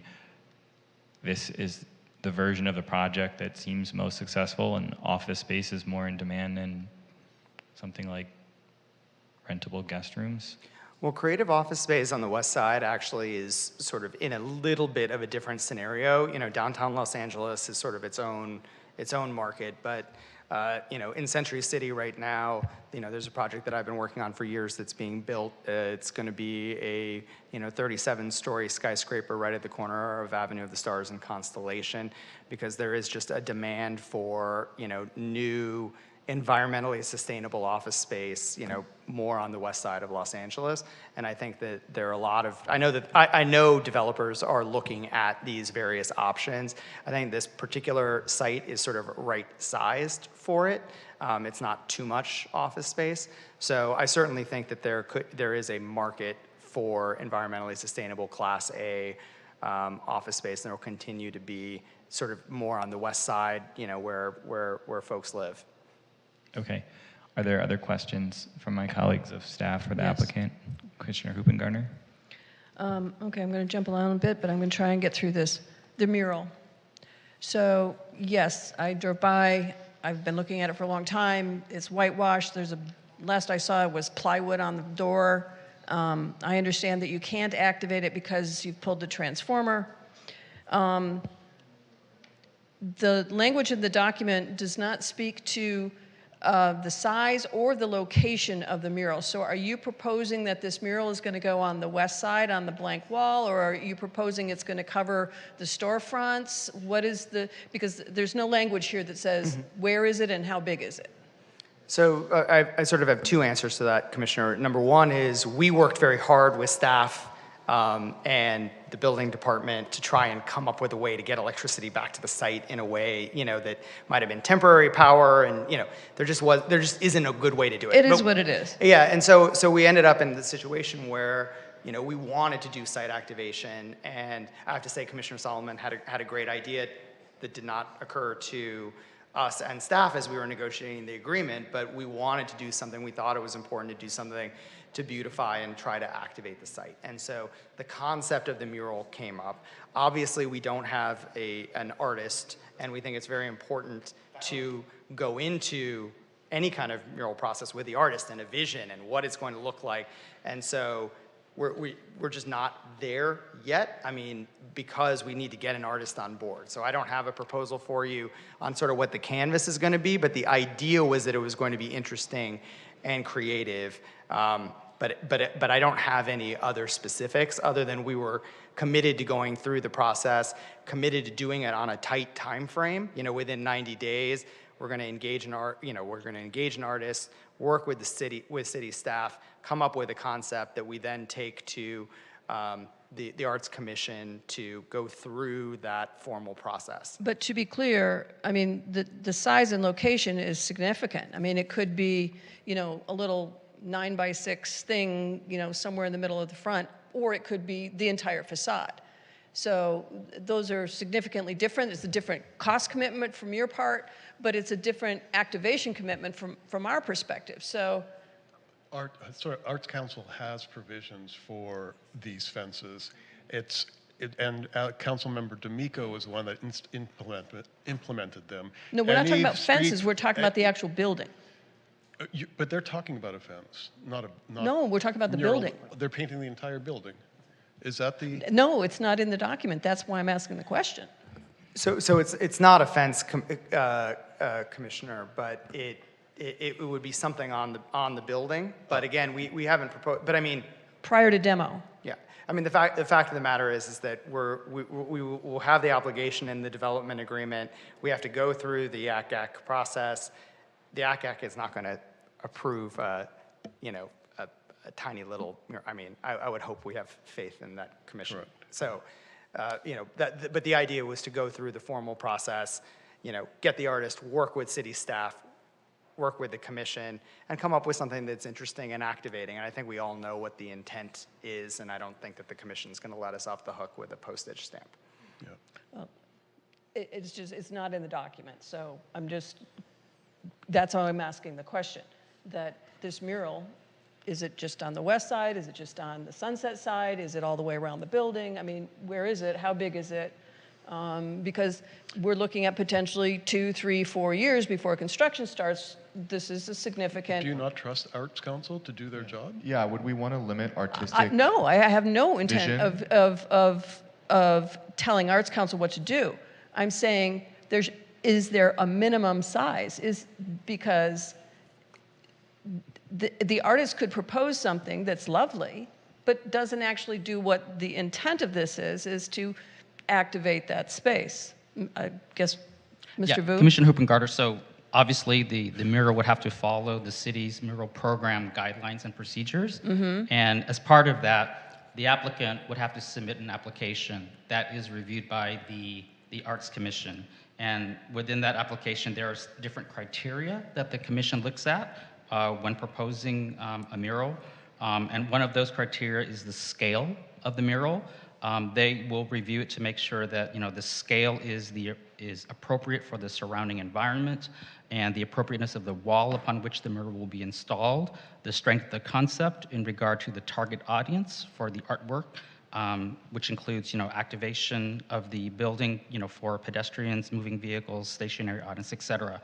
So scale is just one of the criteria that the commission would look at in reviewing that before they approve it. And I appreciate that, but I don't know how many of my colleagues had an opportunity to actually drive by and look at this. The mural, if it's on just the stucco of the building, is very different than if it actually covers the storefronts. Should we talk about this during deliberation, maybe? Okay, but I just want to be clear as to, there are no conditions as to size currently? Okay, No, thank you. no, not at this stage, no. Okay, thank you. But I would note that there is language in the agreement that says that the intent of the mural, which of course, is at the city's discretion to enforce through the terms of the development agreement, is to improve and activate the property. So, there is language in there that gives a hook to the city. Okay. To staff. In section 10.1, under the findings, on page 2 of the resolution, the findings were being asked made that yes, the development agreement is in the best interest of the city. The development agreement contains provisions to ensure the approved project is implemented in a timely manner. So my question to you is, what provisions do you see as the things that ensure that the improved project is implemented in a timely manner? Those would be the penalties that would be applicable if the project is, number one, not constructed, and number two, penalties if the project has commenced and then is suspended for more than 6 months if it's not a legitimate enforced delay reason. So those ensure construction. Yes, and also the fact that the term of the agreement is 7 years. Okay. I'll beg to differ because you can't possibly insure it. But we can use a different word if that is better. I think it would be more appropriate, but we can discuss it. Okay, you clarified that this is not the Arts Club. Is there a brand? Is there a concept? Is there what is the replacement? Because this was all approved under the guise that it was the Arts Club. So what is the replacement? So, the replacement club does not have a name at the moment, but it is being put forward with a similar, exact same type of ethos that the Arts Club was, which is to,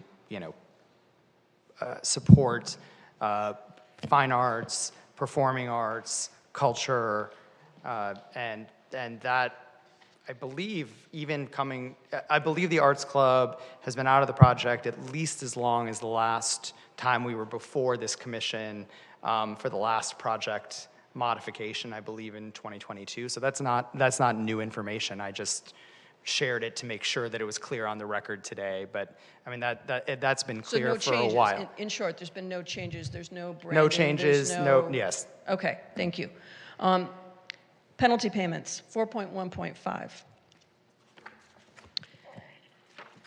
To the staff, can you define meaningful construction? Because I don't see that as a defined term. Is it something that's defined in somewhere in the code? Is it something that's defined in LA Building Safety? Commissioner, give me 1 second. I believe there is a definition. Yay, I couldn't find it.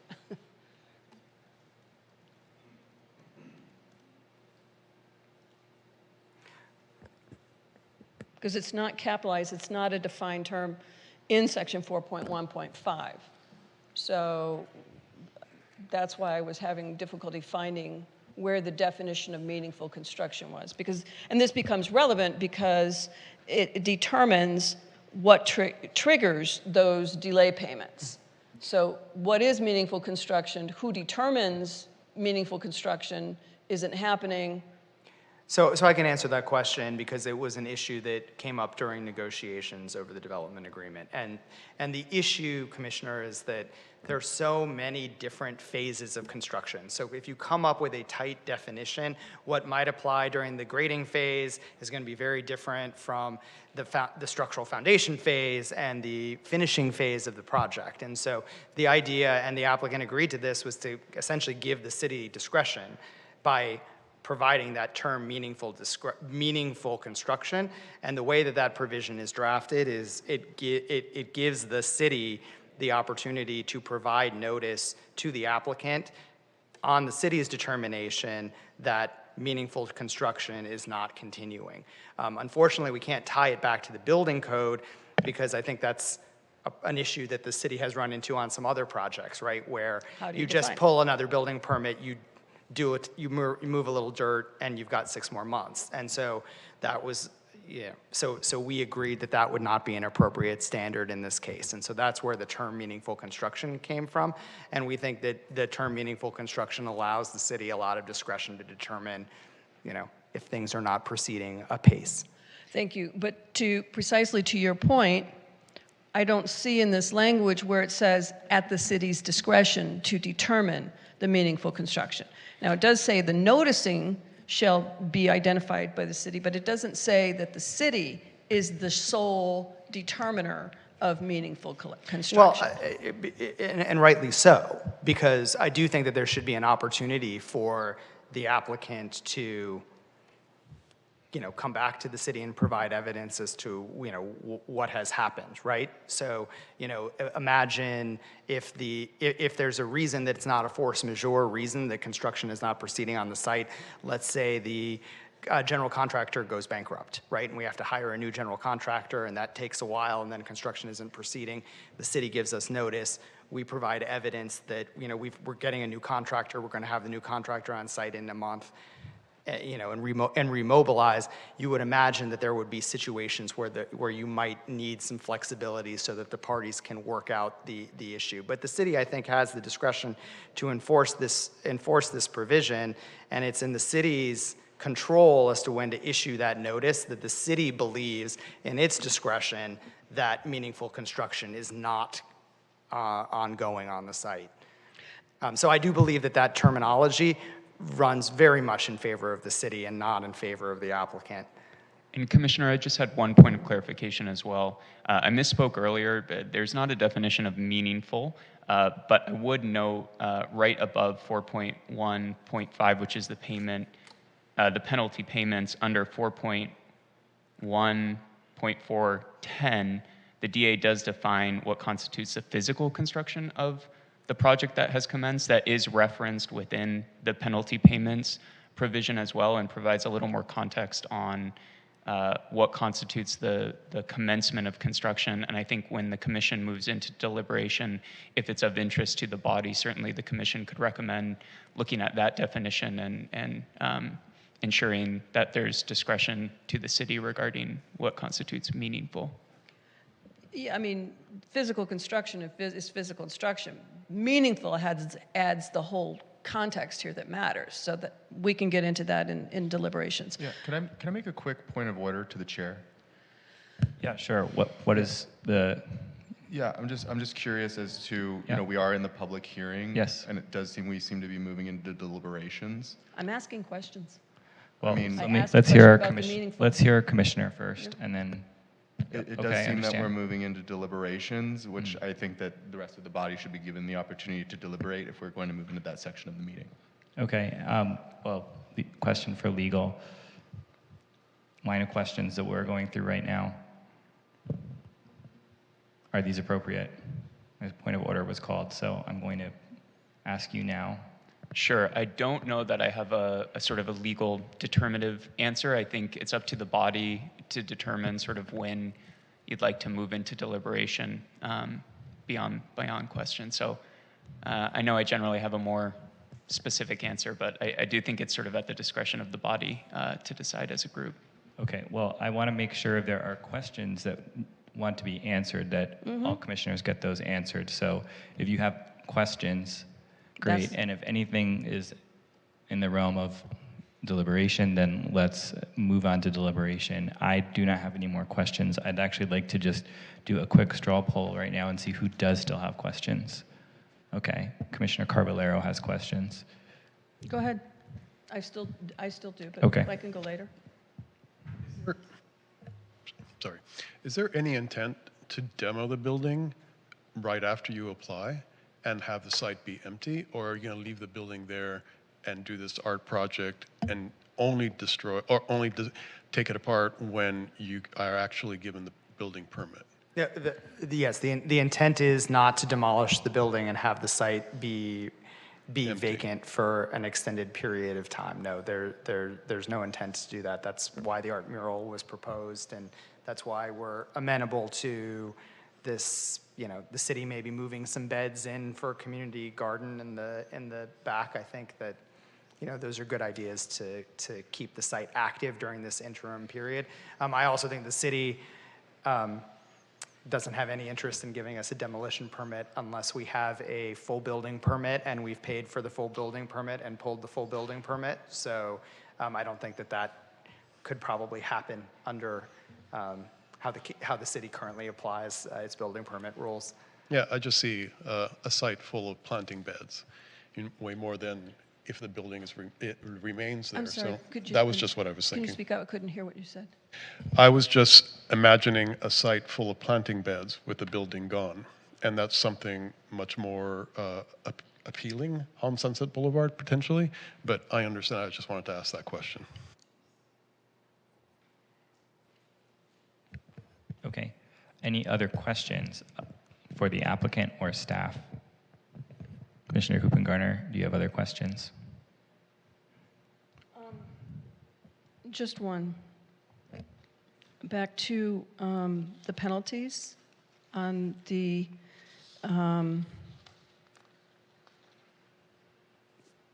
not the delay of construction, but the delay of construction when construction is started. Back to, again, the term of the agreement. So this document includes a schedule of $50,000 per 6 months, but then it says up to $4 million if the owner has stopped construction for 4 years, 4 or more years. So, and Isaac, perhaps you can answer this in terms of how that would work, because we're looking at a $500,000 payment, and you can argue that, yes, that's not economically feasible, and at a certain point that's going to stop. But this document says it's a $500,000 up until $4 million, and then you don't have to pay anymore, but you could still keep the project live. So that's the way I read this language. So is it staff intent to just say, okay, pay us $4 million and you can still keep the project live, but no more payments after $4 million? My understanding is that the maximum cap is $4 million, but the term of the agreement doesn't change. So, you know, after that $4 million is paid, if the project isn't fully constructed, then I believe that the applicant and the city, if it's in both interests, would have to negotiate an extended term of the agreement. But if this is an 8-year agreement, are we 7 or 8 years? Okay, because we got 2 different answers. Okay, the document right now says it's an 8-year agreement. They start construction tomorrow. But then they lose their general contractor, and delays start happening, and they pay their $4 million, but it's still not 8 years. The development agreement is still in force, but there's no more payments for delay, as this language reads. Is that correct, Isaac? That's correct, specific to these penalty provisions. It's a maximum of $4 million. That's the negotiated term associated with a break in construction over the, to Doug's point, over the term of the DA. Okay. So that's a negotiating point. We'll talk about it in deliberations. Okay, any last questions? No? Okay, then can we close the public portion of the hearing? We can always reopen if there's any questions that we need to ask of the applicant or of staff. And does anyone want to go first on deliberation? Commissioner Matos? Thank you, Chair.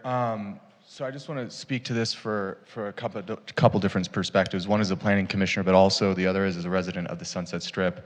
One of my colleagues during questions had called the question whether we had actually driven by the site to see it. I walk by the site on a daily basis. I live very close to it. I live on the Sunset Strip, and I can say that its current status is serving absolutely nobody. This building is empty. It is creating a public safety risk. It is a blight on the Sunset Strip, and it is absolutely a disservice to our Sunset Strip residents and to the neighborhoods that have supported this project. So first, I will say that. The second thing that I will say is that this is one of the most comprehensive public benefits packages and fine structures that I have seen in my time on this body. Granted, that has been limited since September of 2022. We see extremely high fees for inaction going for the first 3.5 years. And then they get even higher after year 3.5, making the most fiscally solvent way for this project to move forward within the next 3.5 years. If this project were to be denied tonight and sent back to start from scratch, we would be at minimum 7 years out before a project was put on this site. That does absolutely nobody a service. The public benefit is the building, is the cultural resource, is the site activation, is the fact that we are taking an underutilized parcel on one of the most attractive corridors in our city and putting something meaningful on the site. We've seen support from the Friends of WeHo Elementary. We have seen support from the West Hollywood Heights Neighborhood Association, of which I am a member. We have seen support of the Norma Triangle Neighborhood Association, and this is passed handily by the West Hollywood voters in 2019. Handily, 70%. We have seen this project go through more public processes, more public benefits, and more fine structures than we have seen most projects go through. And that is in line with the council's spirit to ensure that parcels are not sitting empty. I think that this applicant has done due diligence and has brought forward a proposal that is absolutely in the best interest of the city, which is to get something on this site that serves the community. I think that we should vote to pass this as it sits. I really do. And like I said, this thing is structured so that the first 3.5 years is the most fiscally solvent time to activate this site. And 3.5 years is better than any timeline that we will get for any alternative. So I think that it is the public's best interest for us to extend this and approve this. And it is in line with the city's goals and with the goals of this body, so I would move approval when the time is correct. Thank you, Chair. Okay, thank you. Vice Chair Gregoire, did you want to provide comments? Commissioner Matos was just so articulate. He said exactly what I wanted to say, but he said it way more articulately than I could ever have done. I don't feel like I need to repeat what he just said, but seriously, I have walked by this site dozens and dozens and dozens of times. It's become blight. The city has an interest in getting this project built. Look, I joined this commission to encourage the construction of affordable housing and housing. Yeah, I'm sad it's not a housing project. I'm sad it doesn't have affordable housing in it. But the owners of this property, they didn't acquire it to build housing. I think this is a beautiful project. It will really contribute to the life of the city.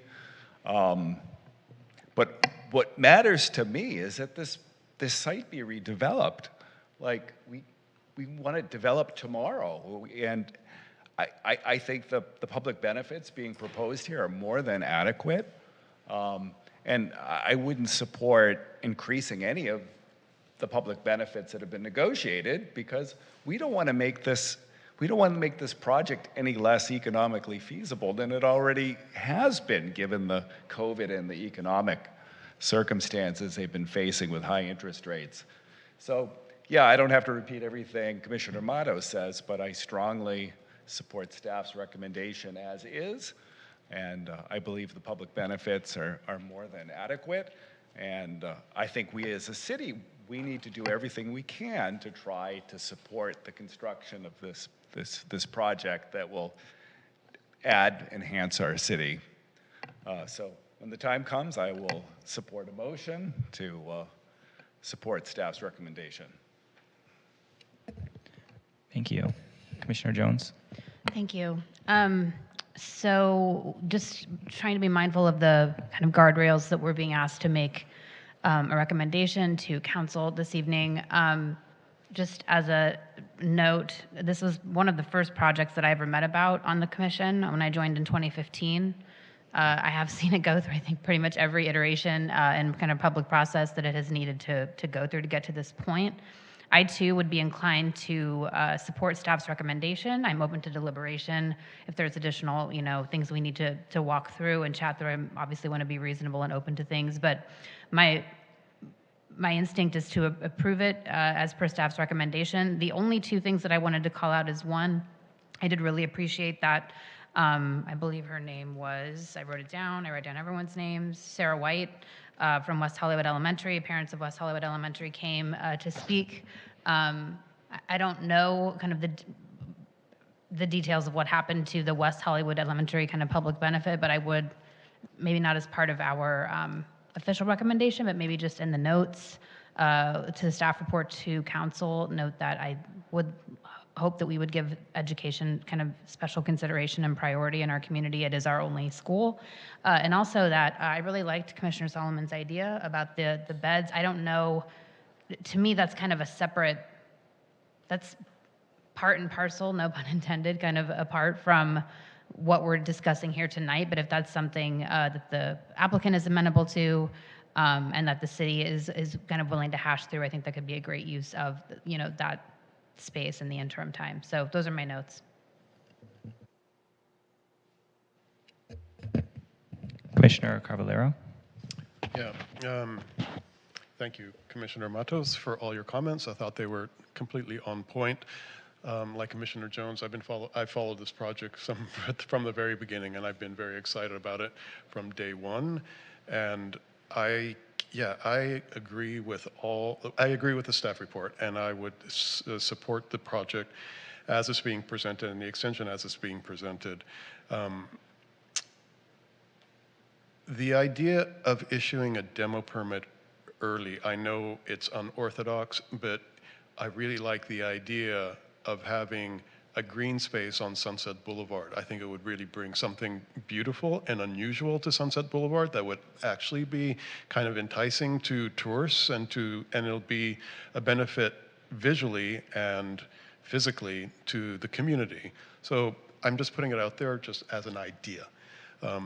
I like the mural idea too, but that leaves the building in place and with the potential of somebody breaking through the mural and breaking into the building and just sort of ongoing issues. Those are my comments. Thank you. Commissioner Solomon? Thanks. I'll be brief. I know I've only been on this commission a short time, but it seems rare to have something come in front of us that has already gone in front of the WeHo electorate with a pretty definitive decision passed, I think you said 70-30 in 2019. I support the project, and I want to see it happen yesterday, just like all of us do. It seems like the exercise tonight is kind of trying to exact just the right amount of pound of flesh from the applicant for their delay, and ask for a little bit of money here, a little bit more in the future. I'm generally not supportive of that idea. You're telling me you can't build it right now because it doesn't pencil, yet we're making a decision to push that pencil and make the math a little bit harder for you. Only 250,000 now, but it escalates. I don't know that there's the political will to put that through, to remove the fee portion of it, but that is personally how I feel. I want to give the applicant every opportunity to get this built. And the two tweaks, I guess, I would make to the recommendation that we would make to council echoes Commissioner Jones. I would want to formalize the WeHo elementary contribution. Perhaps we can't list a specific third party that's not city controlled in the DA, but maybe you can, in that 4.1.3, stick in something that says education in there broadly, and there's a school in the backyard of this project, so we know what we would be talking about. And then the second tweak would be to, as an in-kind public benefit, to have the site be accessible if it works for the community garden. At no additional expense to the applicant. The space is what they're really after. Yeah, that concludes my comments. Thank you. Commissioner Hoopengartner? Yeah, like a couple of my colleagues here have been looking at this for years. And I too would love to have this done. Having that unactivated space, the loss of sales tax revenue to the city, the loss of jobs is just almost incalculable at this point. It's been vacant for almost 6 years to this date, and we're looking at it being, essentially dead space, even construction beginning, for another 5-6 years. So it's significant. I want to clear up a couple things to the public and to some of my colleagues. That when we talk about the delay process, that we need to be really clear that, because the commission and staff get blamed a lot for that delay process, but a lot of times that delay includes the applicant's own design revisions, the applicant's own program changes, the applicant's own decisions about what they want and don't want. And I fear that staff continues to get the brunt of the blame for, oh, it takes so long to get things done. But in fact, sometimes it's state law. The EIR process requires, a process that's X period of time, and there's just no way around that. So the fact that, something may take, a period of time, historically it took 7 years. That doesn't mean that was entirely on staff and the commission as to why that happened. So I'd just like to make that very clear. To Commissioner Solomon's idea about the community gardens, gee, I'm all for community gardens. I used to have one when I lived in a condo in the city, so I love it. I am skeptical about the implementation and back to cost. It wouldn't cost the applicant, but the city would have to put in water. The city would have to put in the beds, the soil, et cetera. Putting it on concrete and on asphalt, honestly, as a gardener, it's just a non-starter. Witness today. The heat is just, it makes it untenable. And to demoing it to make it a garden in the interim, yes, but that's a steep hill, and I'm not sure how that could be possibly implemented in a way that would work, and because you can't have the garden beds on a hill. You're going to have to create some leveling, which now we're bulldozing. Now we're talking about a lot of expense. So I love the idea. I'm just really skeptical about the possible implementation, and incorporating it in this DA could potentially be problematic. I also like to be clear that these terms are not meant to exact a pound of flesh. In fact, they're meant to incentivize the process. And that's the reason for a lot of my questions about, the scheduling of the payments, et cetera, is because it's about incentivizing that process, about getting things moving forward. And back to the language about ensuring that this process happens, and my discomfort with that language, because I don't think it actually is true. I too, Chair Lombardi, have concerns about the applicant saying that this project doesn't pencil. Now, we all know that the Fed is talking about dropping interest rates in the near term, and that may or may, start making things pencil. But we're looking at entering into a term still to be determined 7 or 8 year contract on a job that doesn't pencil today, and Lord only knows when it will.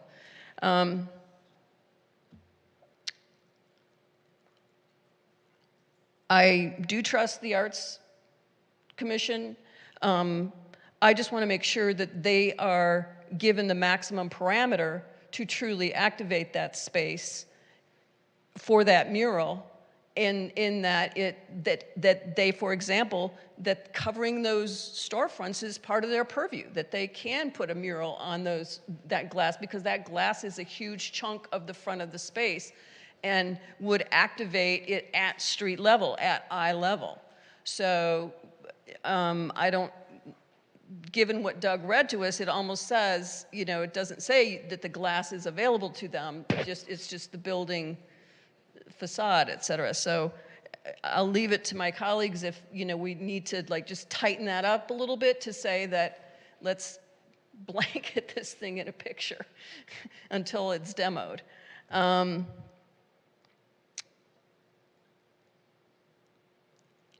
I think that 4.1.5 does need to be tightened as relates to meaningful construction.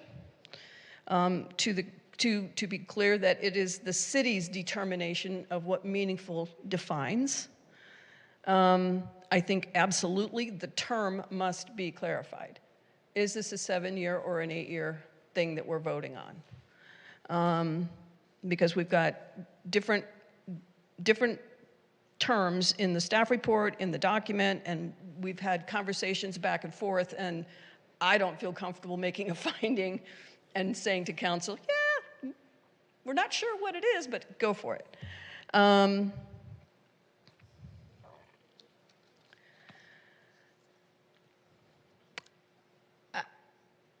want this to work.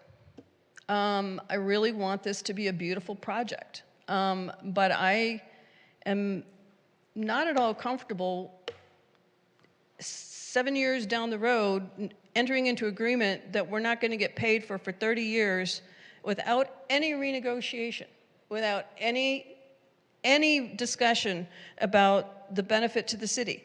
And the argument, I completely appreciate my colleague's argument that, let's go for it and let's do whatever it takes to get this construction done. But this document, I don't believe, does that. And I don't see anything that the applicant said that says that they're ready to move forward. They said that it doesn't pencil today. And the fact that the city is looking at diminishing and diminishing and diminishing public benefits over time, I don't feel comfortable with.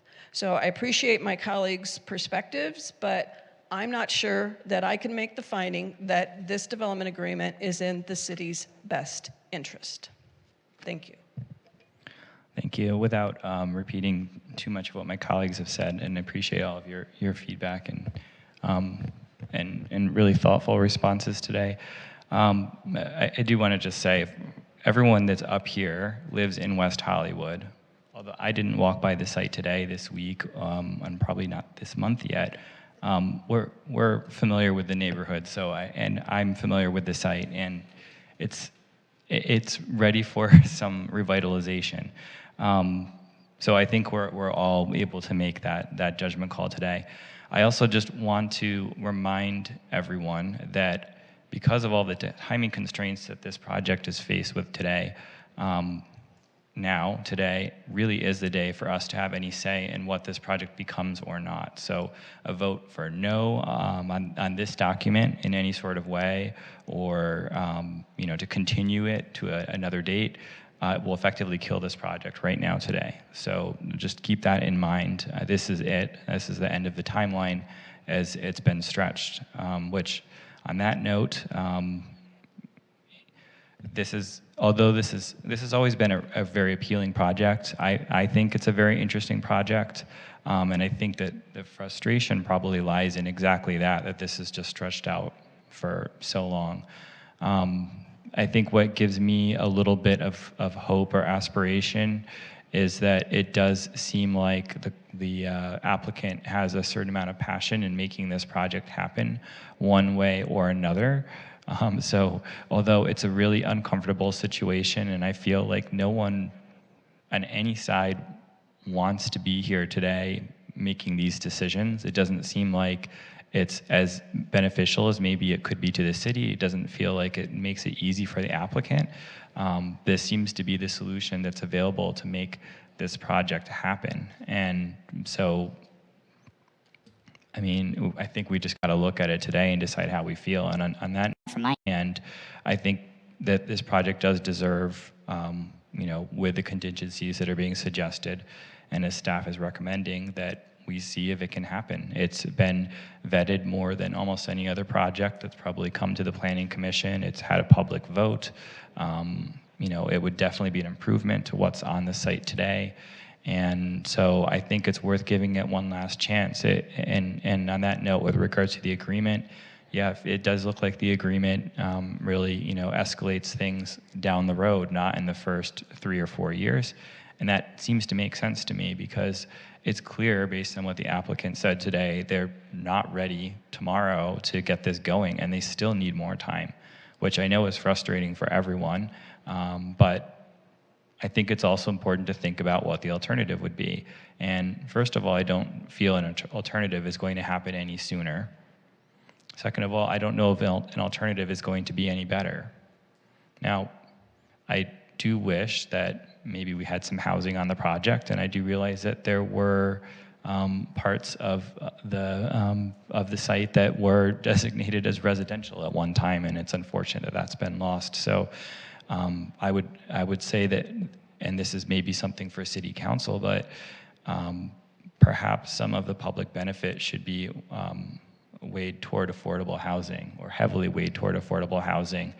Maybe that can in some way help for acknowledgement of you know, what was there and what could be there, but what isn't, because of how the Sunset Specific Plan and the rezoning has occurred to come to what we have today.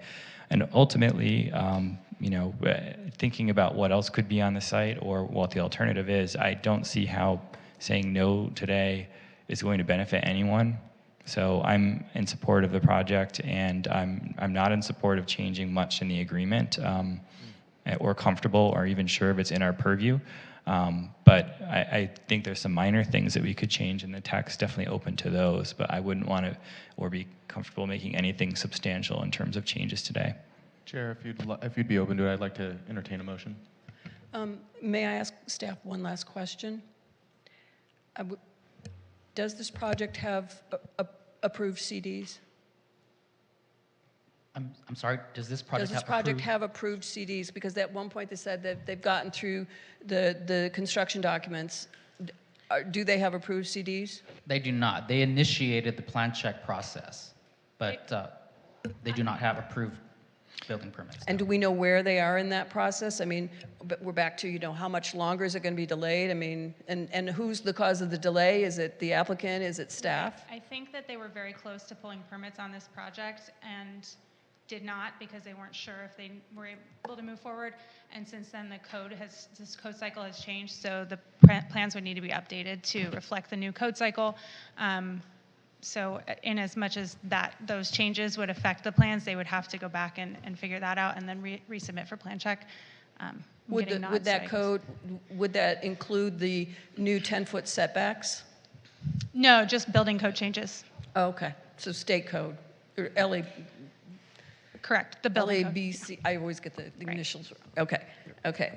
And that is correct. We had completed the plan check process. We could have pulled the building permits. It happened, I mean, it was just a terrible confluence of circumstances, probably, honestly, in the applicant's favor in some ways, because had they commenced construction, you know, with a non-economically... So wait a minute, they just said you didn't complete plan check, and you're saying you did complete plan check? I'm saying we did complete plan check. We did not pay to pull the building permits at the end, and we would have to restart. Yeah, we would have to restart under the new building code with the new plan check. And so what would that restart involve? And how long would it take? Just in terms of what? Well, They would need they to have to do new revise the plans CDs? to be consistent with the updates to the so the code. new CDs? Correct. Okay. Yeah. Okay. They would have to pay new plan check fees. The plan check would have to be processed. Yeah. Okay. All right. Sorry. To Chair Lombardi's point, I would concur that one of the real problems with this project is that a minimum of 8 housing units were lost in the course of this. That's for not including the affordable bonuses and how big it could have been given the existing site.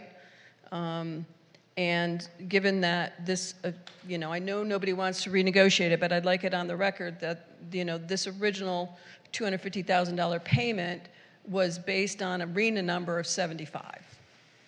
And now we're at arena number of 4,000.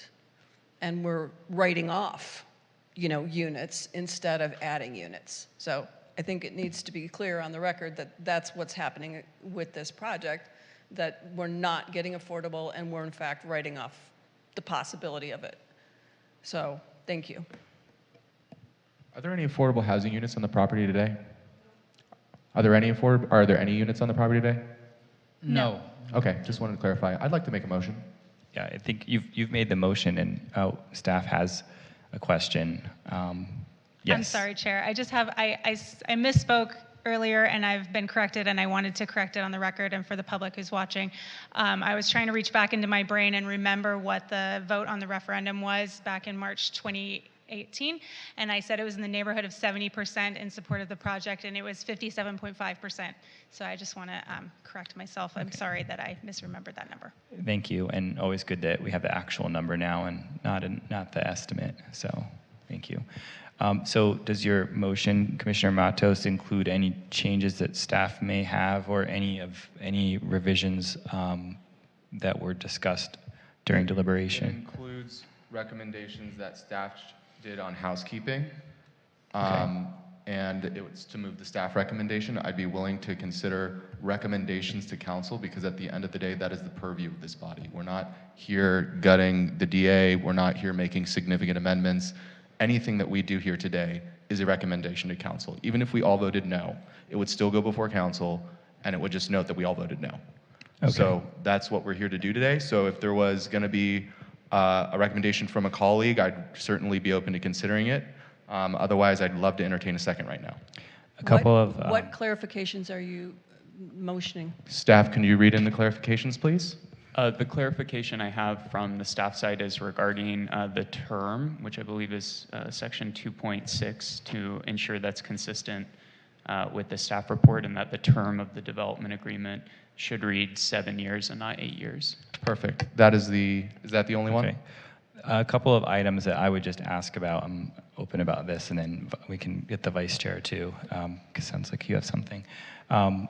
There was a question about the penalty payments surviving if construction commences, and then also making sure that the force majeure clause applies consistently throughout, but maybe that was already addressed. And then the tightening of meaningful construction, although I'm not exactly sure how we tighten that, other than that we restate that it's at the city's discretion, that they're the ones determining that. And maybe that's just general notes as it goes from draft form. Chair Lombardi, if the motion maker and potential second are amenable, the recommendation to council can include a note that under section 4.1.5 on penalty payments, that those provisions survive the term, survive the expiration of the development agreement, extend beyond the term of the development agreement. Is there nodding consensus from the members of this body on that? Yes. Would you recommend a particular period? Because sometimes those survival terms have a period of survival, or are you recommending an indefinite survival?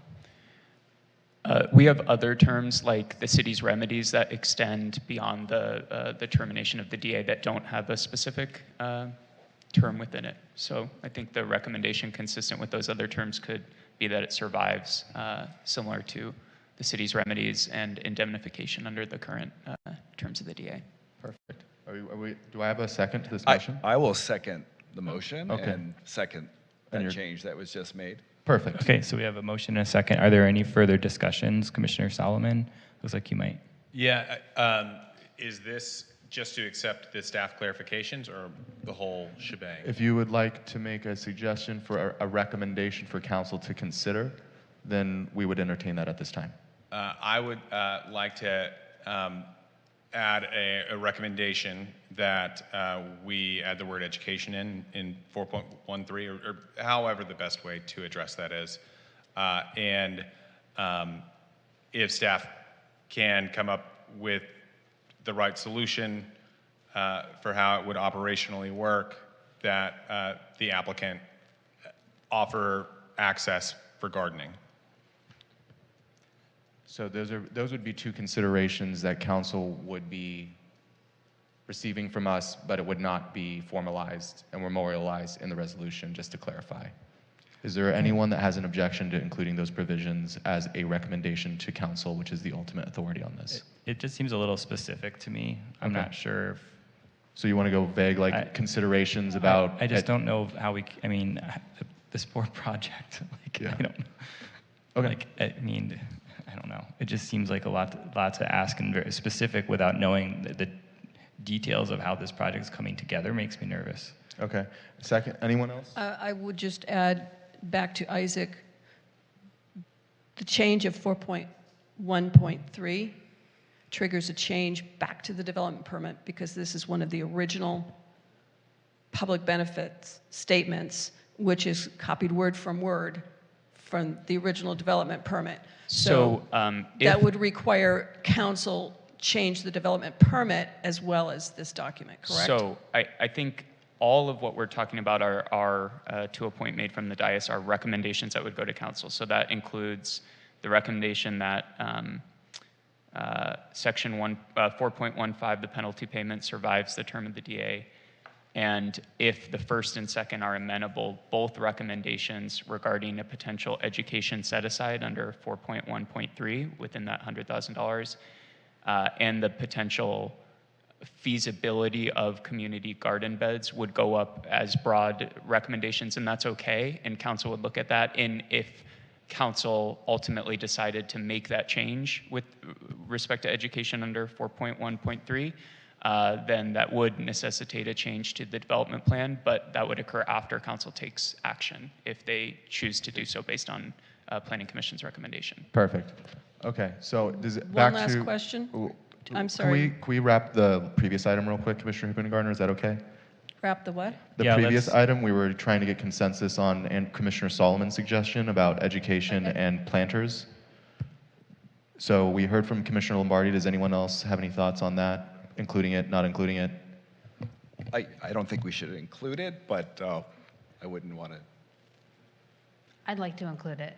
You'd like to include it? Makes sense. Yes. It makes sense to me. It leaves it open. It suggests the direction. I love the idea. Don't get me wrong. It's a suggestion. I love the idea. I just don't.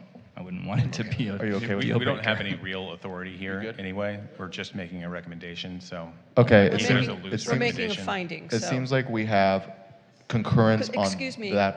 can we defer to the chair? I'd like to continue my one I'm in the middle question. of making a motion right now, Commissioner Hoopengarner. Chair, would you be able to clarify that? So, I think you stated the motion. We've got the second. What else would you like to revise in the Well, motion? I was I have a trying to get, question I was about trying to the get motion. concurrence. I do want no crosstalk to happen right now. I know it's been a tense day, both out there and over here. So we're very close to the finish line. I'm trying to get concurrence. Let's hear from the motion maker, and then I will make sure that you're heard, Commissioner Hoopengarner, but let's let the motion maker continue first. Okay, so we heard from Commissioner Solomon about the point, and now it seems like there's been a change of heart. Do we have concurrence as a body on the recommendations pertaining to education and planters for the public benefit? Okay, so you're good with your motion, okay? So No, I'm asking the body. So it sounds like Commissioner Hoopengarner has something to say. So would you like to? We're not wanting to move on Unrelated, until we resolve finish this issue. conversation. Okay, so what's left to resolve? Anyone? To answer your question, I mean, you're asking for a straw poll on support of the community garden, yes or no, correct? Yes, correct. And the education that he suggested. I have no objection. Okay, So then that'll be fine. And the second agrees. Perfect. Okay. My question is back to the term. And is staff then recommending the change of that final penalty payment, the $1 million penalty payment that happens on the last day of the term? Are you recommending fixing that or just leaving that payment on the last day of the term? Staff hasn't recommended a change to the term, I'm sorry, to that last penalty provision, just to the term to because it works under the internally existing consistent. DA. The way the DA is written, it's an 8-year term, and that payment would be made in year 7. So with the change of the term to 7 years, then that payment would be made on the last day of the term. So It's I not just want to make staff's sure that we're clear about that. Correct, yeah. It's not staff's recommendation. It is open for the body to consider. Okay. Is that a suggestion? I would suggest it be clear because I think it's poorly constructed as written. I mean, I guess as I read through the development agreement, I read it clearly in that it's an 8-year term with the final payment happening upon that. On year 7. We can Yeah, tie, I'm- we can yeah, tie I'm the fine with final, that. we can tie the final payment to certificate of occupancy. I'm sorry, So- what? Certificate of occupancy, so it has to be paid before. No, this is a construction delay penalty. payment. It has nothing to do Right. with C of O. I know, but we could tie it to the C of O, and then, because you're worried that they're just going to run off and not pay it. Right, so if you tie it to the C of O, they have to pay it because they can't have their certificate of occupancy without making that payment. So we're back to the survivability of the DA. So to be clear, these payments are made if the construction doesn't does begin. not start. Sorry? If the construction does Does not not begin. start. Does not begin, yeah. And that's the problem. Is that the expiration and the last payment are the same day. I don't think that the applicant's going to walk away from a standing contractual agreement. So you understand the concept of assignability, right? Because this is an assignable contract, correct? Staff has a question. Thoughts from We did talk about survivability language, and so that provision would also survive the term. So if they didn't start construction and the term ends, then they would still be on the hook for that payment. If that's what ends up happening, I think, Okay, I'll leave it to legal to sort that out because I think there's some timing issues. But to be clear, the applicant seems very well intentioned, but this document is also assignable, which means it can be sold and the city has no discretion in the sale. None. Okay? That means we could be in business with who knows who tomorrow under the assignability clause. So that's why I'm kind of fierce in trying to make sure that the city is protected because we don't know who we're going to be in business with 10 years from now, 30 years from now. Do you have a suggestion for us to consider? I just made one. Okay. I'm sorry, I'm not clear on the suggestion. Was that Neither to am extend I. the term to 8 years or? An 8-year term would be more in sync with the 7th year payment. If you move it to a 7-year term, then that last payment should be adjusted, in my opinion, because that's how it's written. To me, that's how it's written. That's how I read it, as an 8-year with the final payment due 365 days before the expiration, which is what's presented in front of us. I think that's And is enforceable, whereas if the agreement is expired, then it's not enforceable to ask for the last payment. So we can include in that recommendation, excuse me, if we can include in the recommendation to put the term at 8 years, if that's the consensus of the commission. If that feels safer, that makes sense to me. Anyone else? It's just cleaner language, and presumably gives the applicant more time to build the building. Hopefully sooner than that. Okay. Okay, We'll take it as a recommendation for council to adopt or not adopt it unless there's an objection from the body. Sure, So- and just for clarification for the motion maker and the second, so that means that under section 2.6, the recommended term for the city council to consider would be an 8-year term, And then the additional items that have been read into the record on the pending motion, again, is under section 4.1.5 penalty provision, surviving the term of the DA, and the recommendations discussed on the record earlier tonight regarding education within 4.1.3 for that $100,000 set aside, and the discussion regarding community gardens. So I would just need a verbal confirmation from the motion maker and the second. Okay with you? Unless there's an objection from the body, I'm inclined to just say yes. I think because you it's a make a representation. motion and hope again. Yeah. Yes, it's fine with me. Okay, so the motion. Okay. Okay. So there's a motion, there's a second. Let's vote.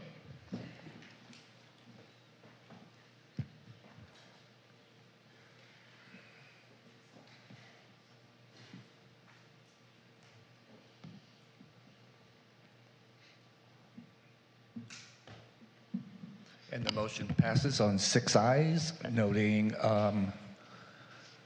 Commissioner Hoopengarner voting no on this item. There is no appeal process. This is going forward to the City Council as a recommendation. Thank you. Are we all okay with pressing ahead? Yes. Okay, great. So item 11, no business, no items. Item 12, unfinished business, no items.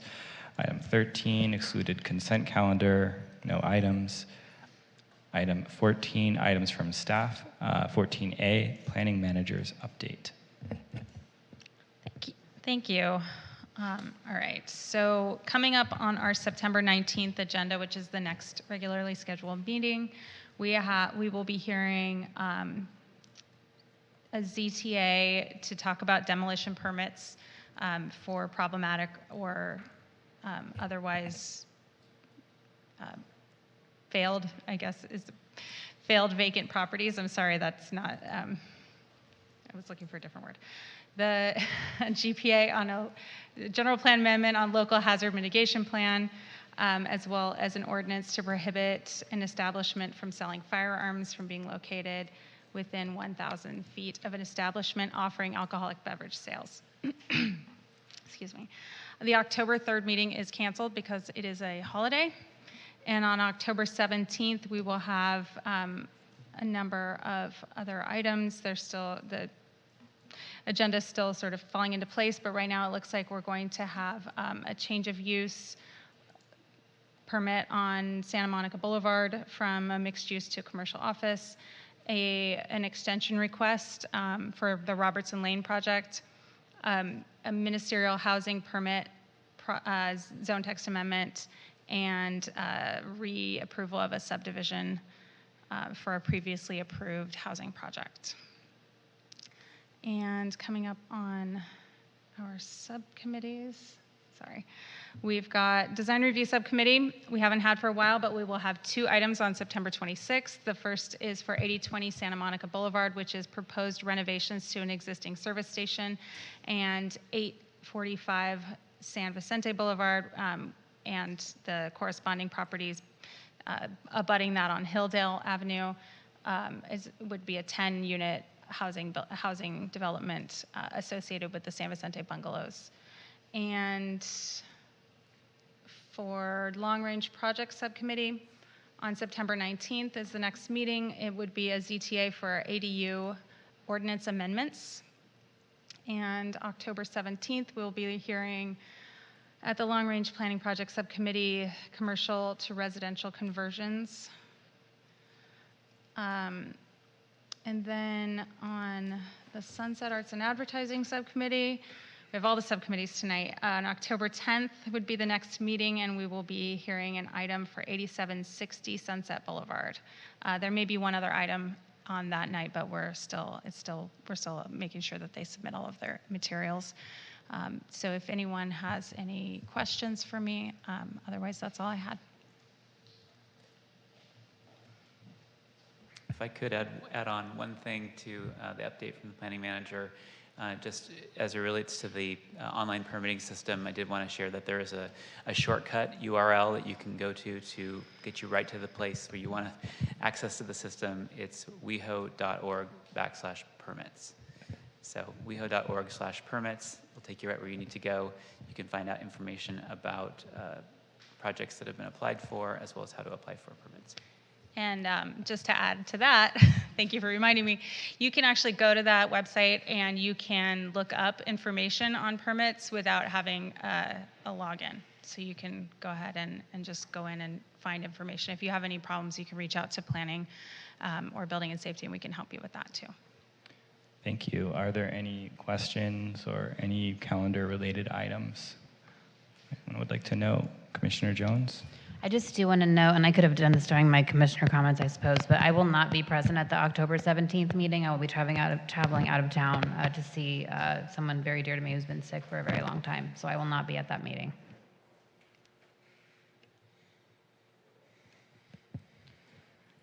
Okay, thank you.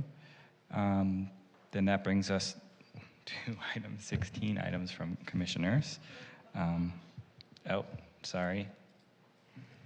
Item 15, public comment. Are there any public comments at this Yes, time? Chair, we do have one public comment. Victor Olmachenko. Oh. And you have 3 minutes. Victor Omelchenko, West Hollywood. Well, what an interesting evening, and I just recommend that going forward, we as a city really look seriously on how to protect our residentially zoned parcels of land before they get consumed by all commercial developments. I think that is an important thing to look at, especially since we're always talking about a housing crisis. I would like you to explore ensuring more accountability and care in approving new developments from the same developer company. Currently on the city's east side, we have about 12 unsightly holes in the ground or unfinished construction, all from a company called FMB. One of this company's holdings caught fire last year on Sierra Bonita, and it destroyed the old houses on the lot and damaged adjoining apartment buildings. And so I suggest that we all look at developing some kind of policy that's implemented, that if a single developer gets approvals for, let's say, 1 or 2 or 3 projects, like I went to some of those FMB project proposals in the early days, then let's see those projects built that promise to provide housing that we need before there's a mad rush to approve the 4th, the 5th, the 6th ad nauseum project from the same developer, like what happened with FMB. This scenario just does not reflect good planning, and I feel it could be improved. And regarding the environment, do you want to see and hear a kind of mini Niagara or Yosemite Falls? Then go to the southeast corner of the Melrose Triangle development at Almont and Melrose and listen to the torrential cascading of precious water flowing into drain pipes. I know that there was water buildup and mosquito issues there earlier this year, but I've been by that site several times in the last few weeks. Why is this water gushing? Is the water being reclaimed somewhere? Is it lowering the water table? Talk about climate change and water preservation. What's going on at this Melrose Triangle project? And you kind of wonder what these EIRs do when they look at the quality of the environment and the water table and there's no significant impact. I haven't had a chance to go back, but I really hope that the city comes to grips, because it's cascading 24 hours a day, at least as of yesterday, and I've seen that happening during the last 2 weeks. And one last thing, thank you for your service and consideration. And regarding the forthcoming city council election, we all know that our current mayor, John Erickson, did serve on this planning commission. And as a longtime resident, it will be very interesting for me to see whether any of the other 9 candidates for council appear at a planning commission meeting before election day to publicly offer up their viewpoints and ideas on planning issues. If not on a specific project, then generally in public comment. These candidates could get some free publicity and visibility. Where are you, candidates? Thank you. Any items from commissioners? No one? Okay, well, I have one. I would wish that everyone up here could be a little bit better. Honestly, I did not appreciate some of the tone today.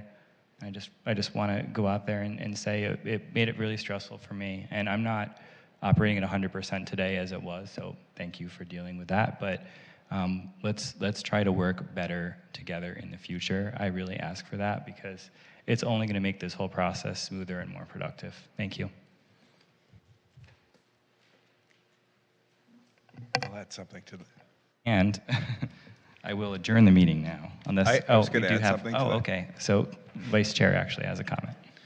I was going to add something to that. Yeah, yes, it's one of the things I think is great about this commission is that we do work collaboratively together, and Commissioner Matos did a great job today trying to find consensus on the commission.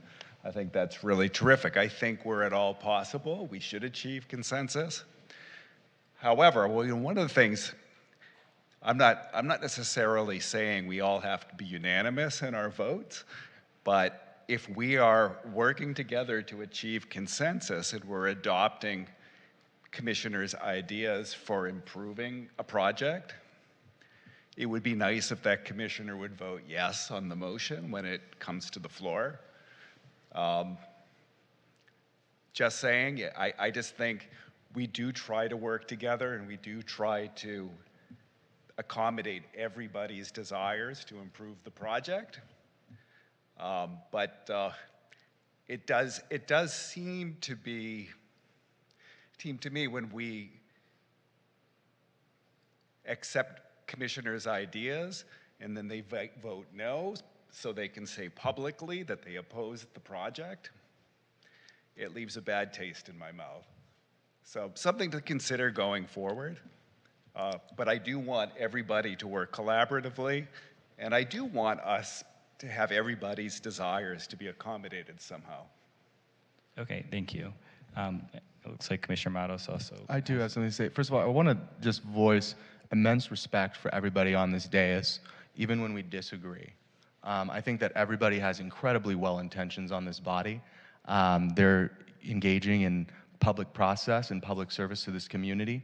And a lot of you have been incredibly helpful to me over the years, and I've never forgotten that. I think that everybody up here is very passionate about their viewpoints. Everybody represents a different viewpoint. I think that is incredibly valuable on a body like this. I will just say, moving forward, the reason why I like to make a motion and then go down the line as a body is to get everybody's feedback. Because I have been the new person at the end of the dais that felt overwhelmed, that felt like they didn't have a voice in the first couple months that I was on this body. And I remember that feeling intently. So when I make motions and I go down the line to ask for consensus, it's because we make decisions as a body, not as a monolith. So I think that to the extent that in the future we could all do our part to ensure that each of our incredibly unique and valued perspectives are considered, each and every one of us, the body of 7, I think I would definitely and have and will continue to commit to operating as a body and making decisions as a body, which is the spirit of this body and it's the spirit of this city. So that's all I have to say. Thank you. Okay, I'm going, more comments? Yes, I would like to reply to my colleagues. And while I appreciate Vice Chair Gregoire's statements about, if changes are made, voting for the changes, I think I'd like to make it very clear that the changes recommended often, because I have, like I said, a lot of experience in contracts, et cetera, are to make the deal better, to make the document better. It doesn't necessarily change the underlying decision that's being made that would affect my findings based on my vote. So my goal when I'm working here is to make everything as best as possible. And that means sometimes it's fixing tweaks here and there to make the document better. But that doesn't necessarily mean that I still believe in the underlying transaction. And it's my obligation to make those findings. And if I can't make those findings, that's my obligation to make that vote. But I still want to make the commitment to not just be Dr. No and just say, no, forget it, I'm not going to have anything to do with it. My job is to try and make this as process and these decisions as best as possible, and I'd like to contribute my knowledge to that process. So I appreciate the goal of complete unanimity. I don't think that's ever been how this body has worked, except in very rare circumstances. And I will certainly work towards that goal, but not at the compromise of my vote. So thank you. Okay, with that, I'm going to adjourn this meeting to a regularly scheduled meeting on Thursday, September 19th at 6:30 p.m. here at Council Chambers. Thank you.